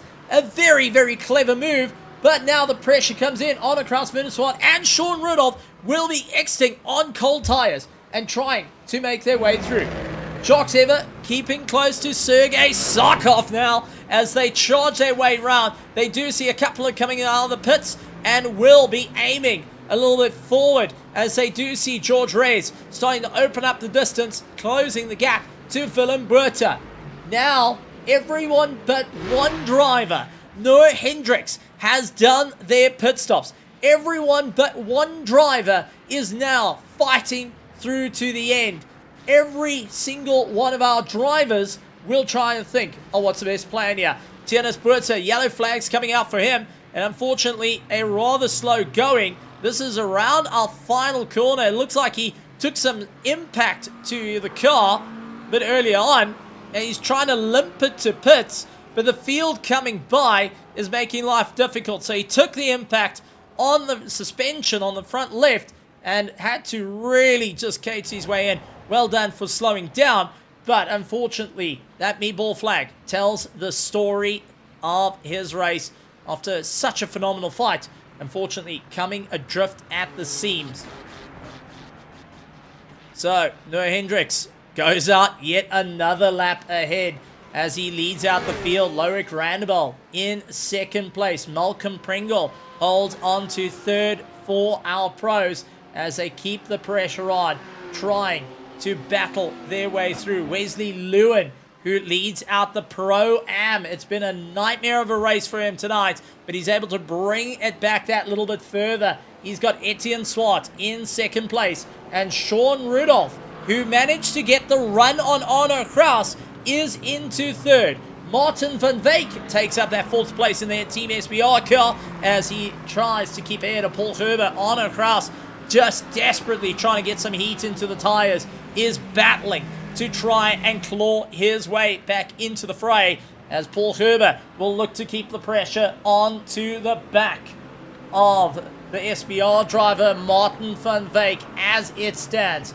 Cameron de Bastos chasing down Werner Swart. Velted Carbon will be defending the inside. He's going to really march Cameron up on the inside. Cameron's going to try and make it stick down through the gears. He does and sweeps across the nose of Werner Swart, narrowly holding on. And now Werner Swart up on the inside, tries to make the pass happen. Cameron runs out a little bit wide, tries to keep himself a little bit more of a straight line. These two brawling back and forth, seeing where exactly they can go. How hard are they willing to push it to the limit here around likes of Sebring for the final part of the race. 36 minutes completed, and it's going to be game on as Cameron de Bastos, Werner Swart brawl amongst one another. Werner into the dirt, outbraked himself. He was swinging left and right wildly to try and get the run. Warwick Wilson now looking to try and clear the other Altered Carbon Racing BMW,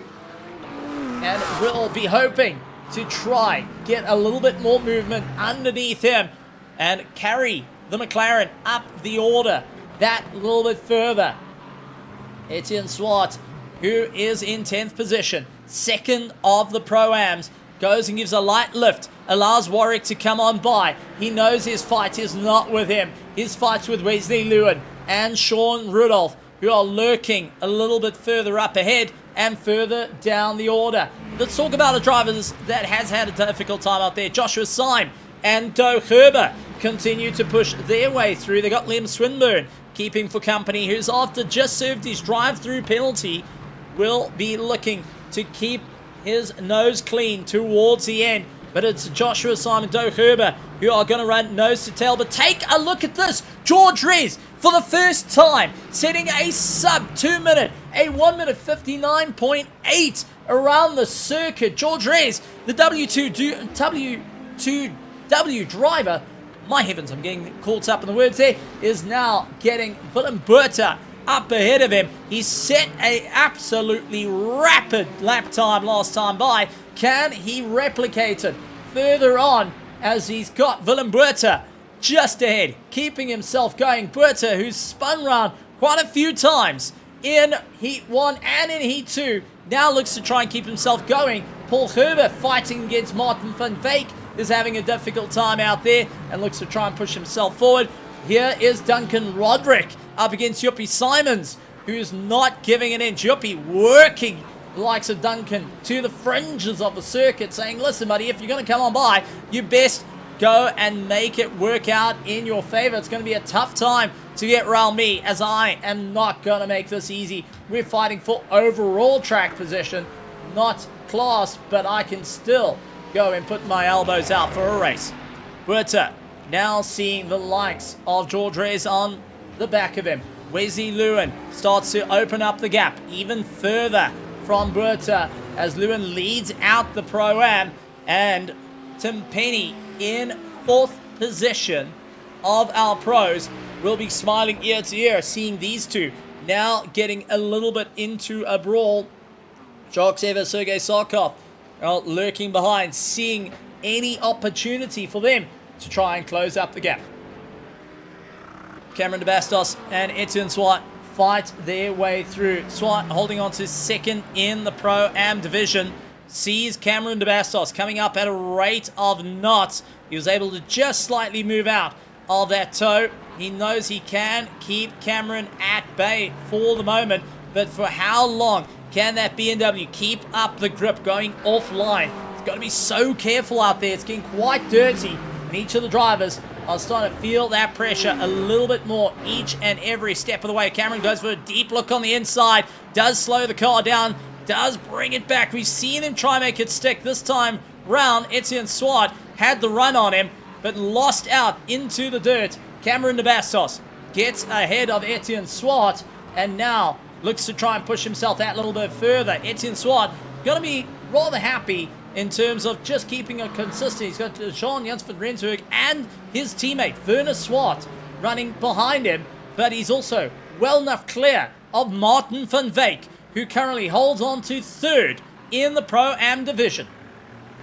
Jacques Ever losing ground to George Rez at the moment, but is seeing that Buerta is not backing down out of the fight, and this is a possibility for the next couple of minutes. Can he gain a position here as drivers look to try and get that little bit more pace underneath him to see how it's all going to turn out as Noah Hendricks finally comes into the pits? He will be getting himself sorted. Has he cleared enough room to Loic Randebel, or is Loic going to retake the lead of the race ahead of Noah Hendricks? Malcolm Pringle locking in for 2nd place. Tim Penny trying to make his way through will be in for 3rd if the likes of Noah Hendricks can't get out in the run.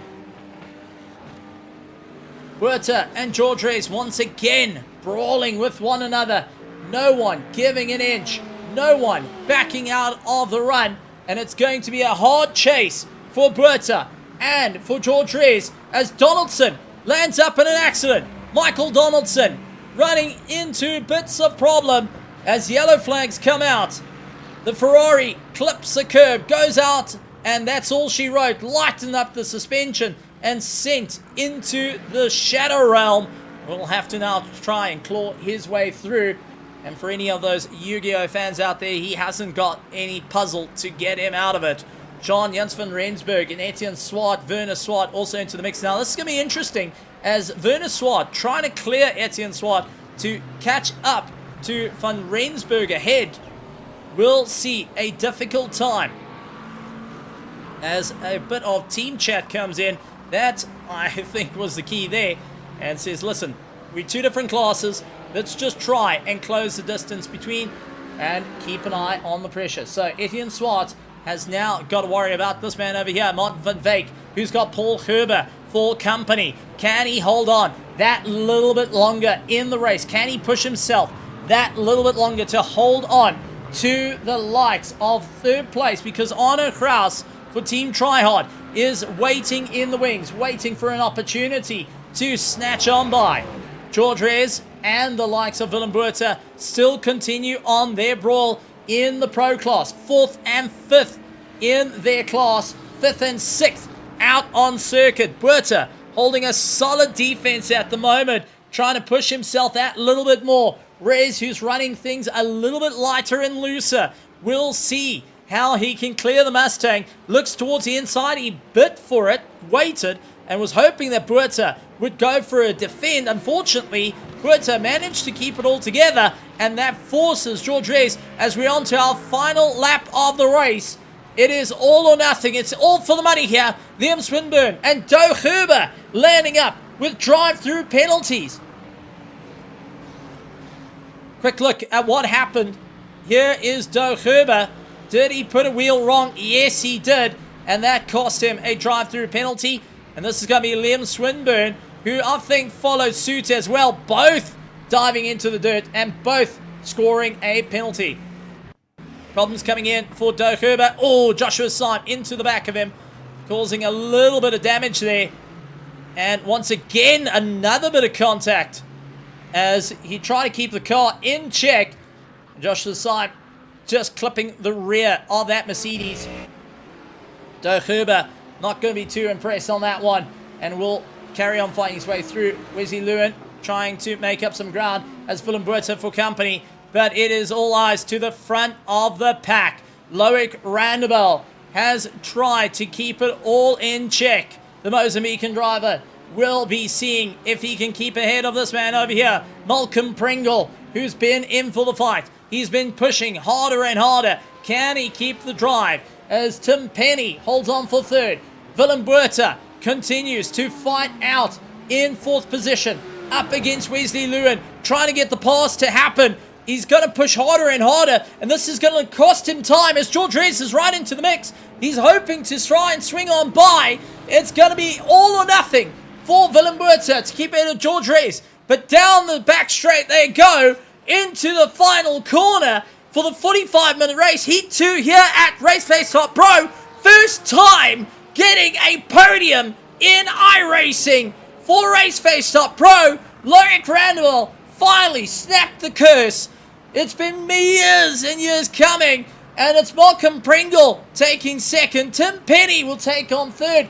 Wesley Lewin takes the victory in the Pro-Am division. Willem Buerta hangs on to hold on to 4th in class. George Reyes takes 5th. Jacques Hever finishes up in 6th position. What a run for them. And coming up to the line, Etienne Swart, the Altered Carbon Racing, finally going to be seeing it through and will be standing on the podium. It's been a while since we've seen Altered Carbon in the BMW get his way, and it's Etienne Swart who will take second. Martin van Wyk in Team SPR will take up the 3rd place, narrowly ahead of Arno Kraus. Stephen Cakebread into 5th. Sean Rudolph will come across in 6th, followed by Benjamin England, Joshua Syme, Jan Engelbrecht. Kakleko Makali comes across in 23rd, 9th in position. Still put in a tremendous fight out there. Yuppie Simons comes across the line. He's going to be quite happy for himself and the team. Duncan Roderick gets ahead of fellow teammate Doug Gerber. Liam Swinburne makes his way around the circuit. Villampino, Dina Machai, Tennis Burton, Michael Donaldson, all rounding out the pack with Jakob van Lith and Robbie Teens, unfortunately not able to see it through to the end. Wow, oh wow, folks, what a race we had tonight here for round 4 of the iRacing GT3 Championship here at RaceFace.Pro. 2 heats, 130 minutes, and then an entire field reversal to go and see everyone through to the end. And honestly, that was some incredible racing from each of our drivers that pushed themselves that little bit harder to try and see it through to the end. Some tough racing out there that drivers had to work their way around. Not going to be an easy one. Many going to be looking back on what the race was and where can they gain some time as a championship.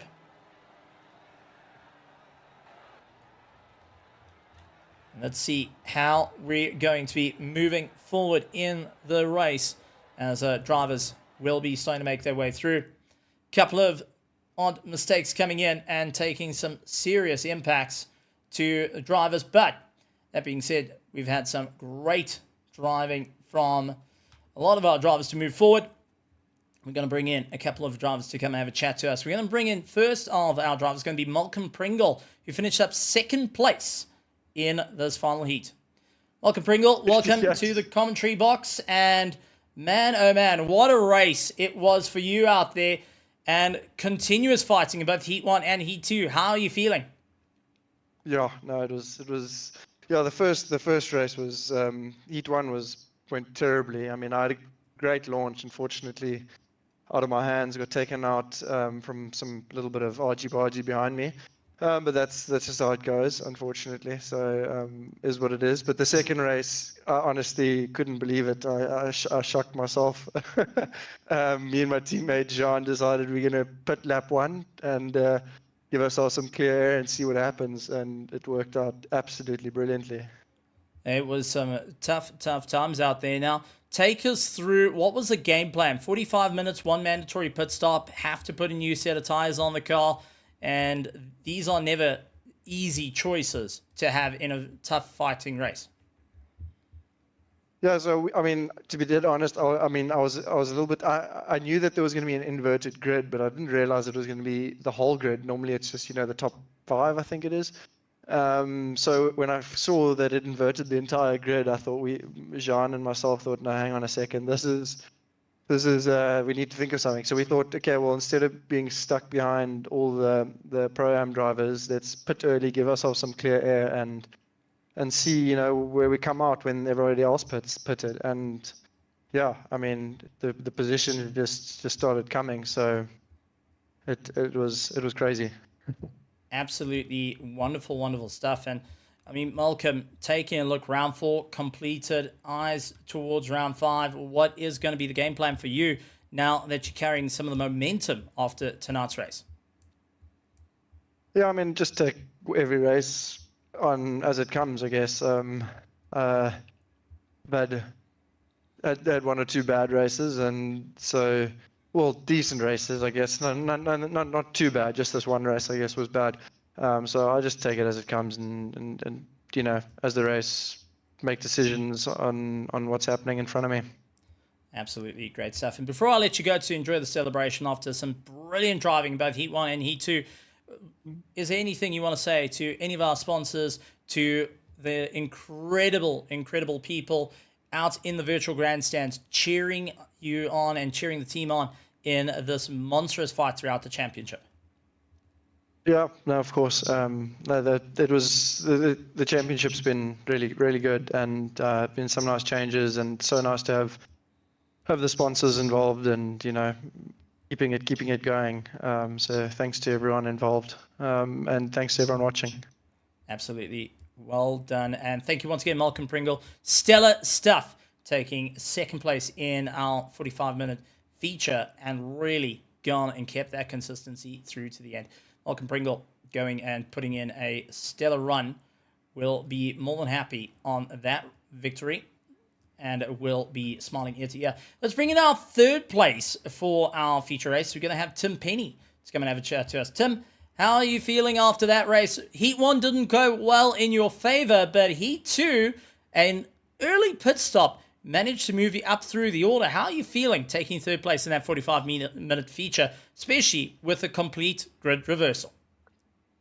Yeah, it was really, really good. The first race didn't go particularly well. That was incident that was purely on me. But yeah, the start for that second race, just everything seemed to fit into the right place. Managed to get up relatively quickly, and I'd sort of planned to try and pit around about halfway into the race to try and run relatively as light as I could throughout, and outlaps wasn't the best. Managed to get sort of pipped on the outlap, but from that point on managed to sort of find some pace again and went well.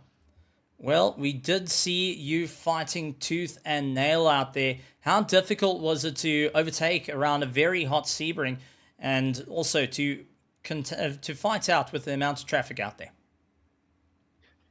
Yeah, it was. I mean, it's a narrow circuit, so trying to make a pass and sort of putting a lot of trust in the people around you to go side by side, especially somewhere where you don't want to be taking much curb at all, because it's going to really unsettle you. And yeah, there was a couple of times there where I sort of could see a move come in both races, to be fair, where it looked like it was coming, and then you make a little bit of a mistake, rear gets loose coming out of like an important traction zone, and then that's sort of game over for the next lap, unfortunately. And take us through, you're the only Chev in the field. Everyone else is able to talk about the difference in setups and how they were handling the circuit. How did you feel for the Chev to handle the likes of Sebring? I've found that it's a car that likes the bumps. Or I say likes the bumps. It doesn't seem to mind the bumps too much. So especially around a bumpy circuit like Sebring, it gives you a lot of confidence. And it's a car that I've enjoyed driving. It's nice to be in something as well that not everyone else is in. So it gives something a little bit different to look at. Well, absolutely wonderful, and it's always fantastic to see you out there with the Chev. But before I let you go, to enjoy the celebrations after a very, very busy day, is there anything you want to say to all the sponsors, to the admins, and to your team and drivers that are out on the circuit? And also, most importantly, the absolute amazing petrol heads we had here today, braving the heat. Absolutely. I mean, it's a great pleasure to be out there with everybody racing. So, but for everybody, it's just a big old thank you. Like the guys at Nomad have always been really supportive and sort of helping get ready to races. And yeah, thanks to RaceFace for putting on a brilliant series. Absolutely wonderful to have you, Tim, and we look forward to seeing you in 2 weeks' time, joining us in round 5. Tim Penny from Nomad taking a beautiful run in third place for our feature race and had a great launch up through the field. Some great racing being said, but one person that's going to be smiling ear to ear is a driver that finished first in our 45-minute feature. He had a nightmare in Heat 1. Loic Randabel finally breaking a long curse of not being able to get into the top 5. Loic, you got the victory in Heat 2. How are you feeling? Amazing. Amazing. I mean, especially considering Heat 1 was a horrible race, but, you know, it is what it is. Taking a look back at the race and having to learn the Porsche around the circuit, a lot of minute setup changes you were doing before the start of this race. How did you feel getting out there, feeling the car out in Heat 1 and able to push it that little bit more in Heat 2?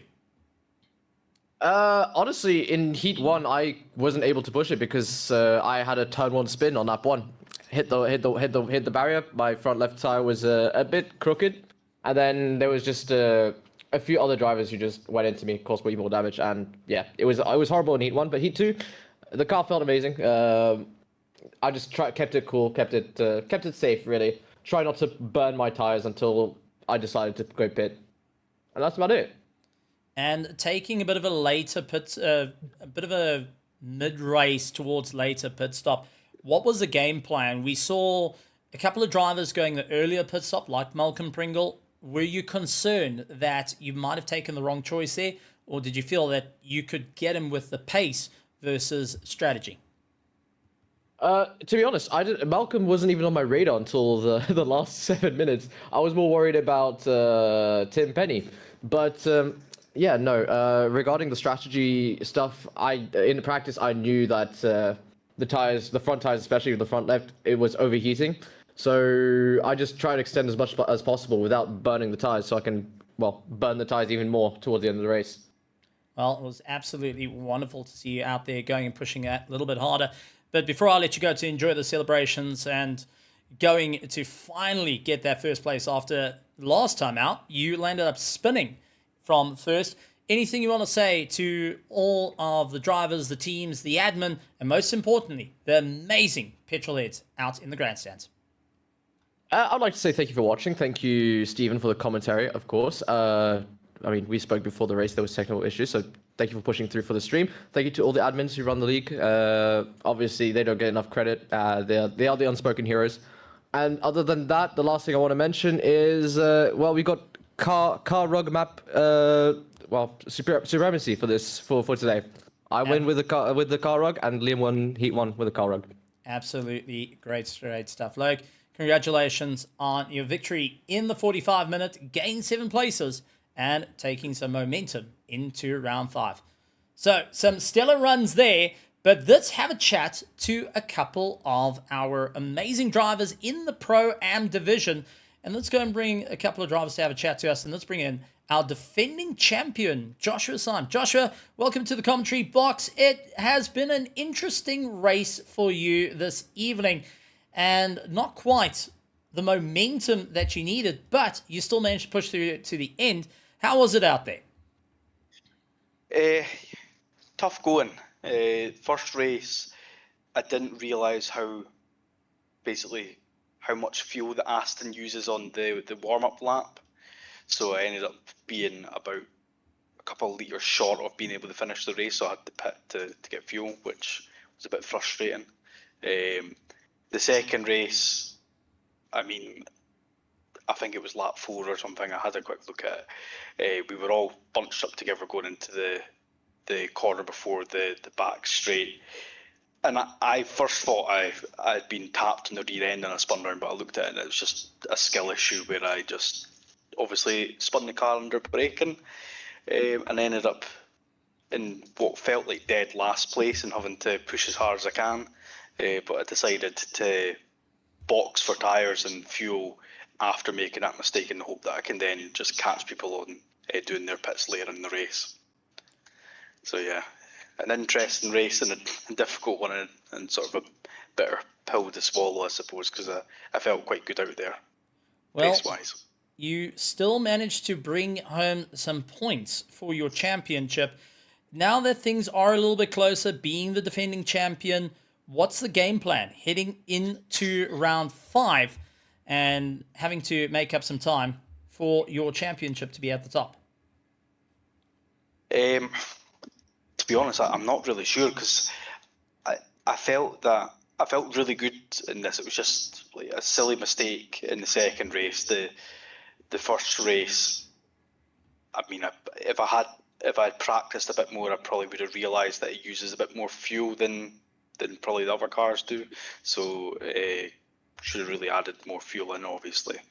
So I think it's taking it as a learning experience for then the next race to put a bit more fuel in the car. I'd rather be a bit heavier, but actually make it to the end and not have to pit, especially in the sprint races.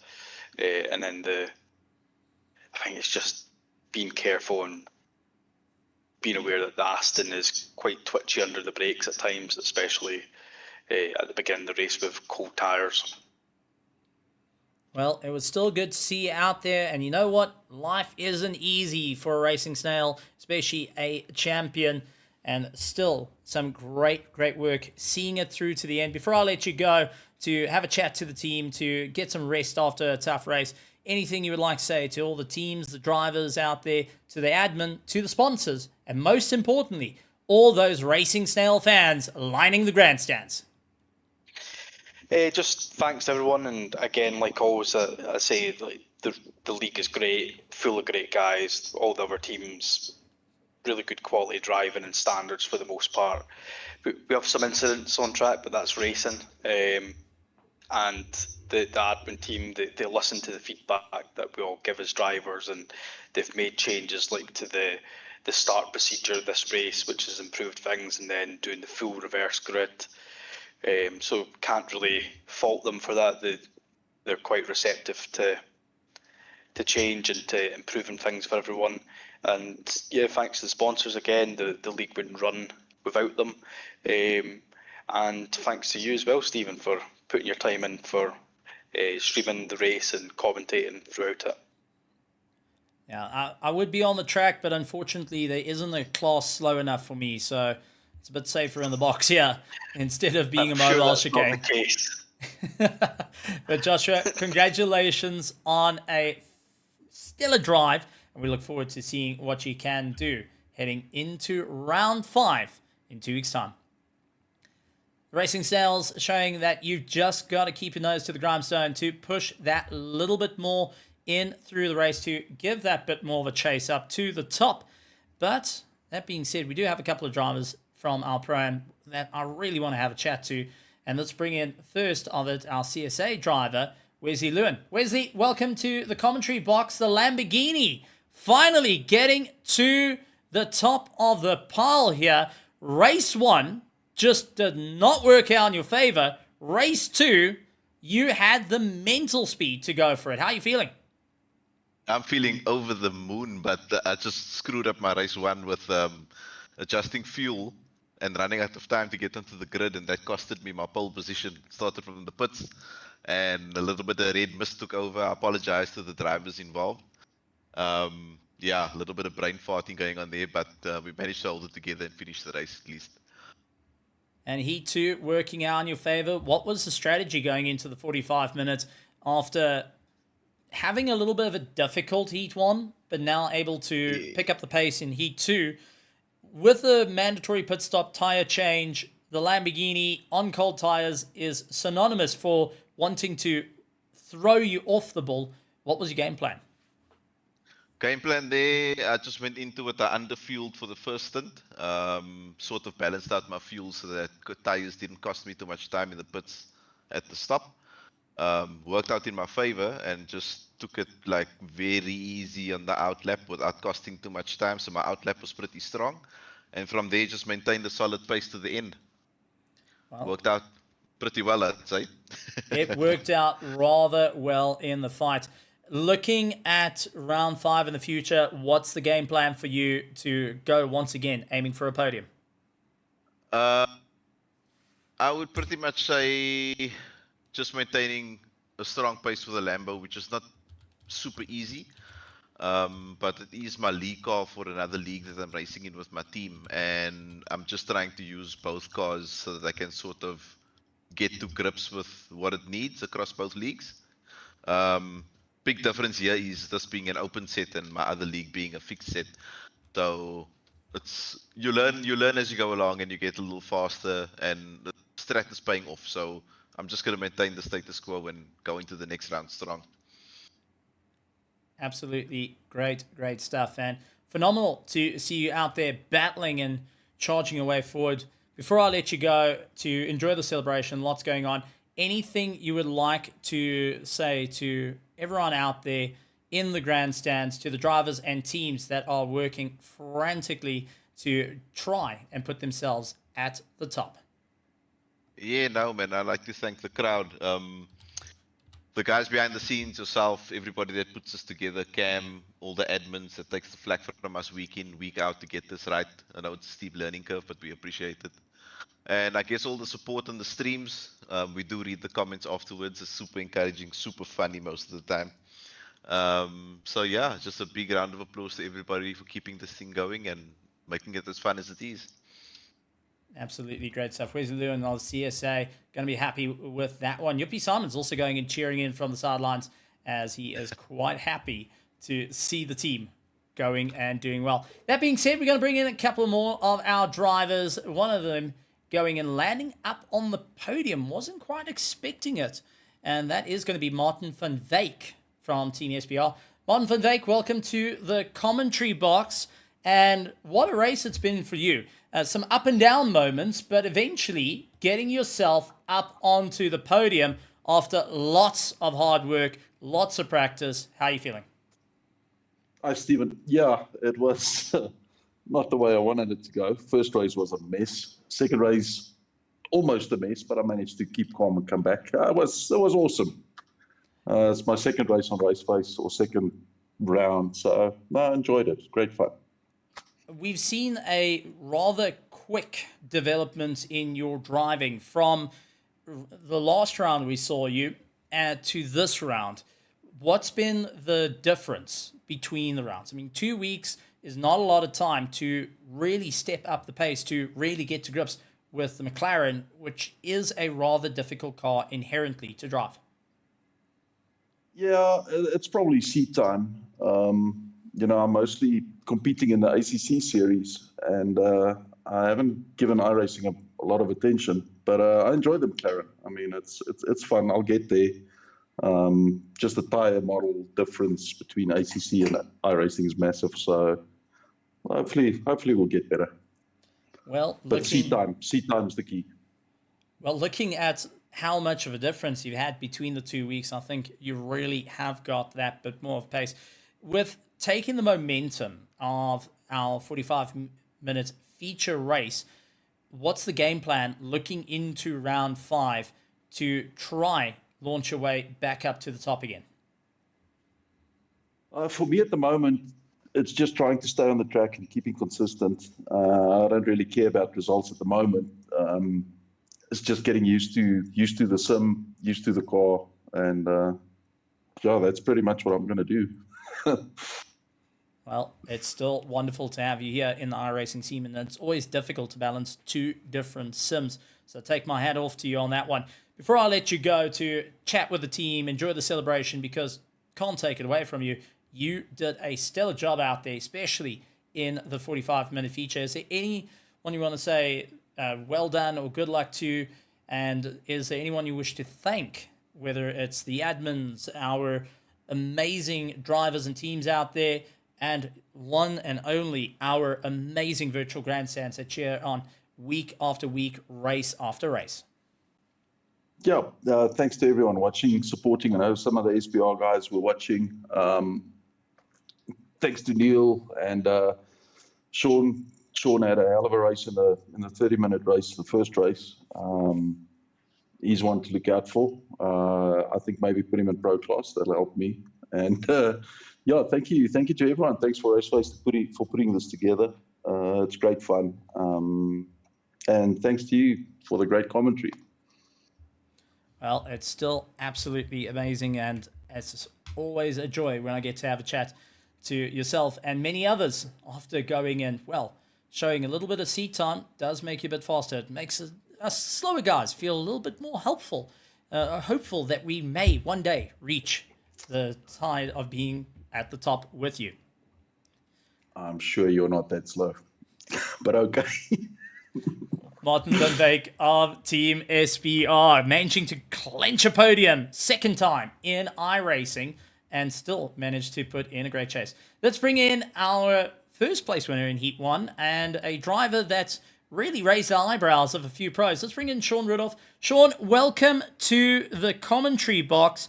First of all, we've got to talk about qualifying, because man, oh man, that Mustang was on rockets. How are you feeling? All good. Thank you very much. No, I really enjoyed it. It was epic. Now, Jock taught me the lines. I followed him around in his Mustang, and it paid off. well, there's been a solid growth, and from the start of the lap in Heat 1 to the end, where you just kept getting quicker and quicker and quicker. What was the game plan there, and did you feel that the car just came alive underneath you? Because you weren't knocking off just 0.1 of a second. You were knocking off 0.2, 0.3, 0.2, 0.3 a lap every single time. You landed up even getting to a point of setting the fastest lap time of the race.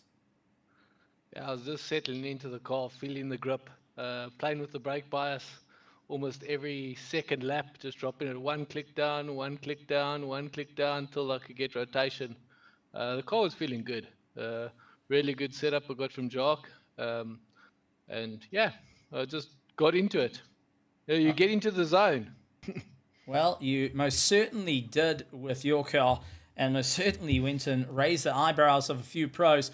Is there any big plans to get into the pro division and take the fight to the front end and up against your own teammate, Jacques Ever? Definitely, that is the plan. This is racing.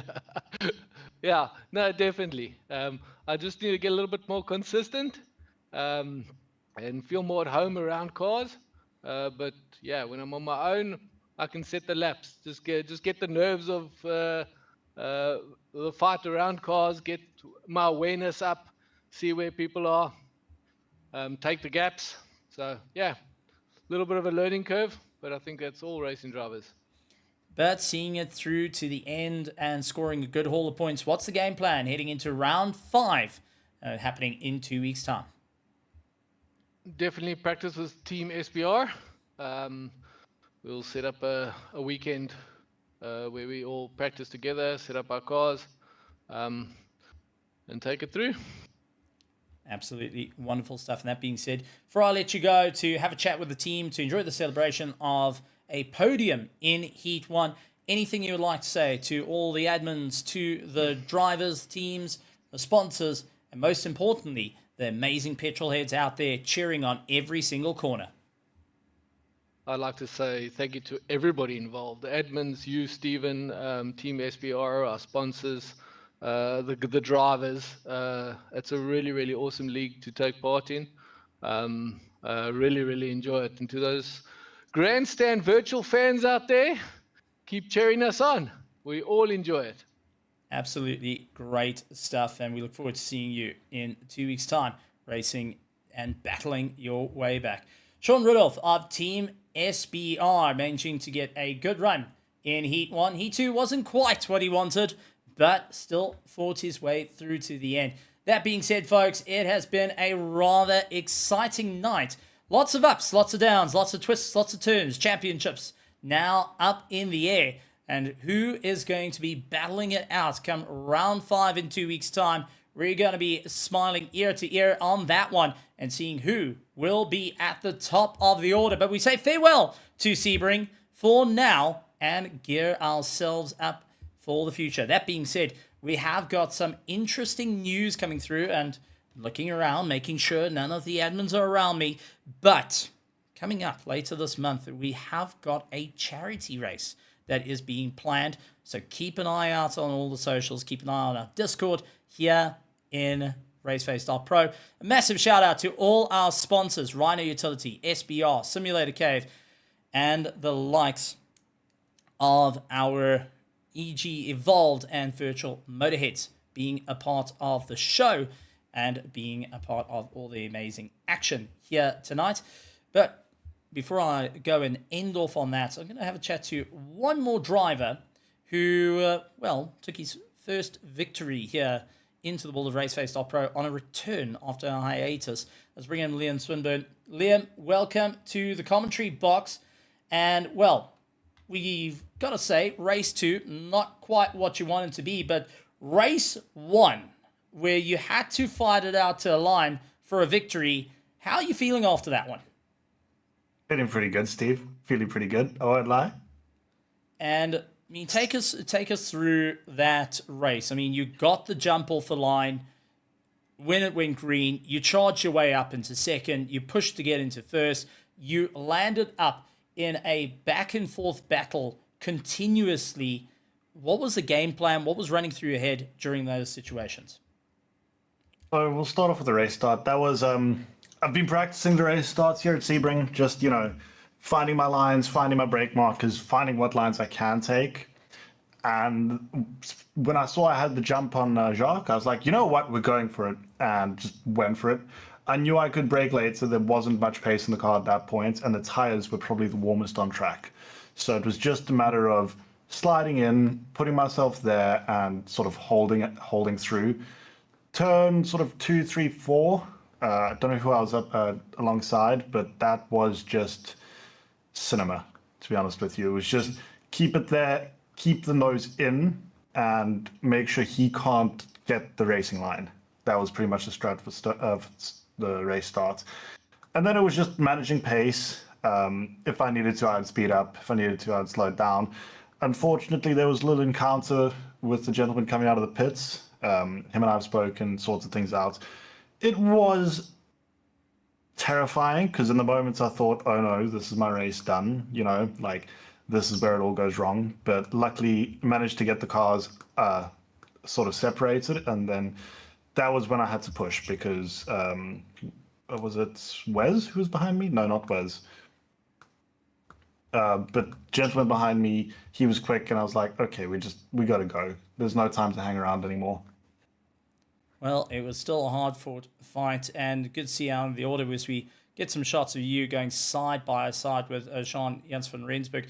But anything you are thinking heading into round 5, you changed cars from the Aston Martin, you had a hiatus from the Sim, you now into the Merc. Round 5 in 2 weeks' time, what's the game plan? Well, I think just go and upset the order a bit. I know there's a lot of people jostling for points, and you know I might not be in the title fight, but you best know, Steve, I'm going to go and upset some people.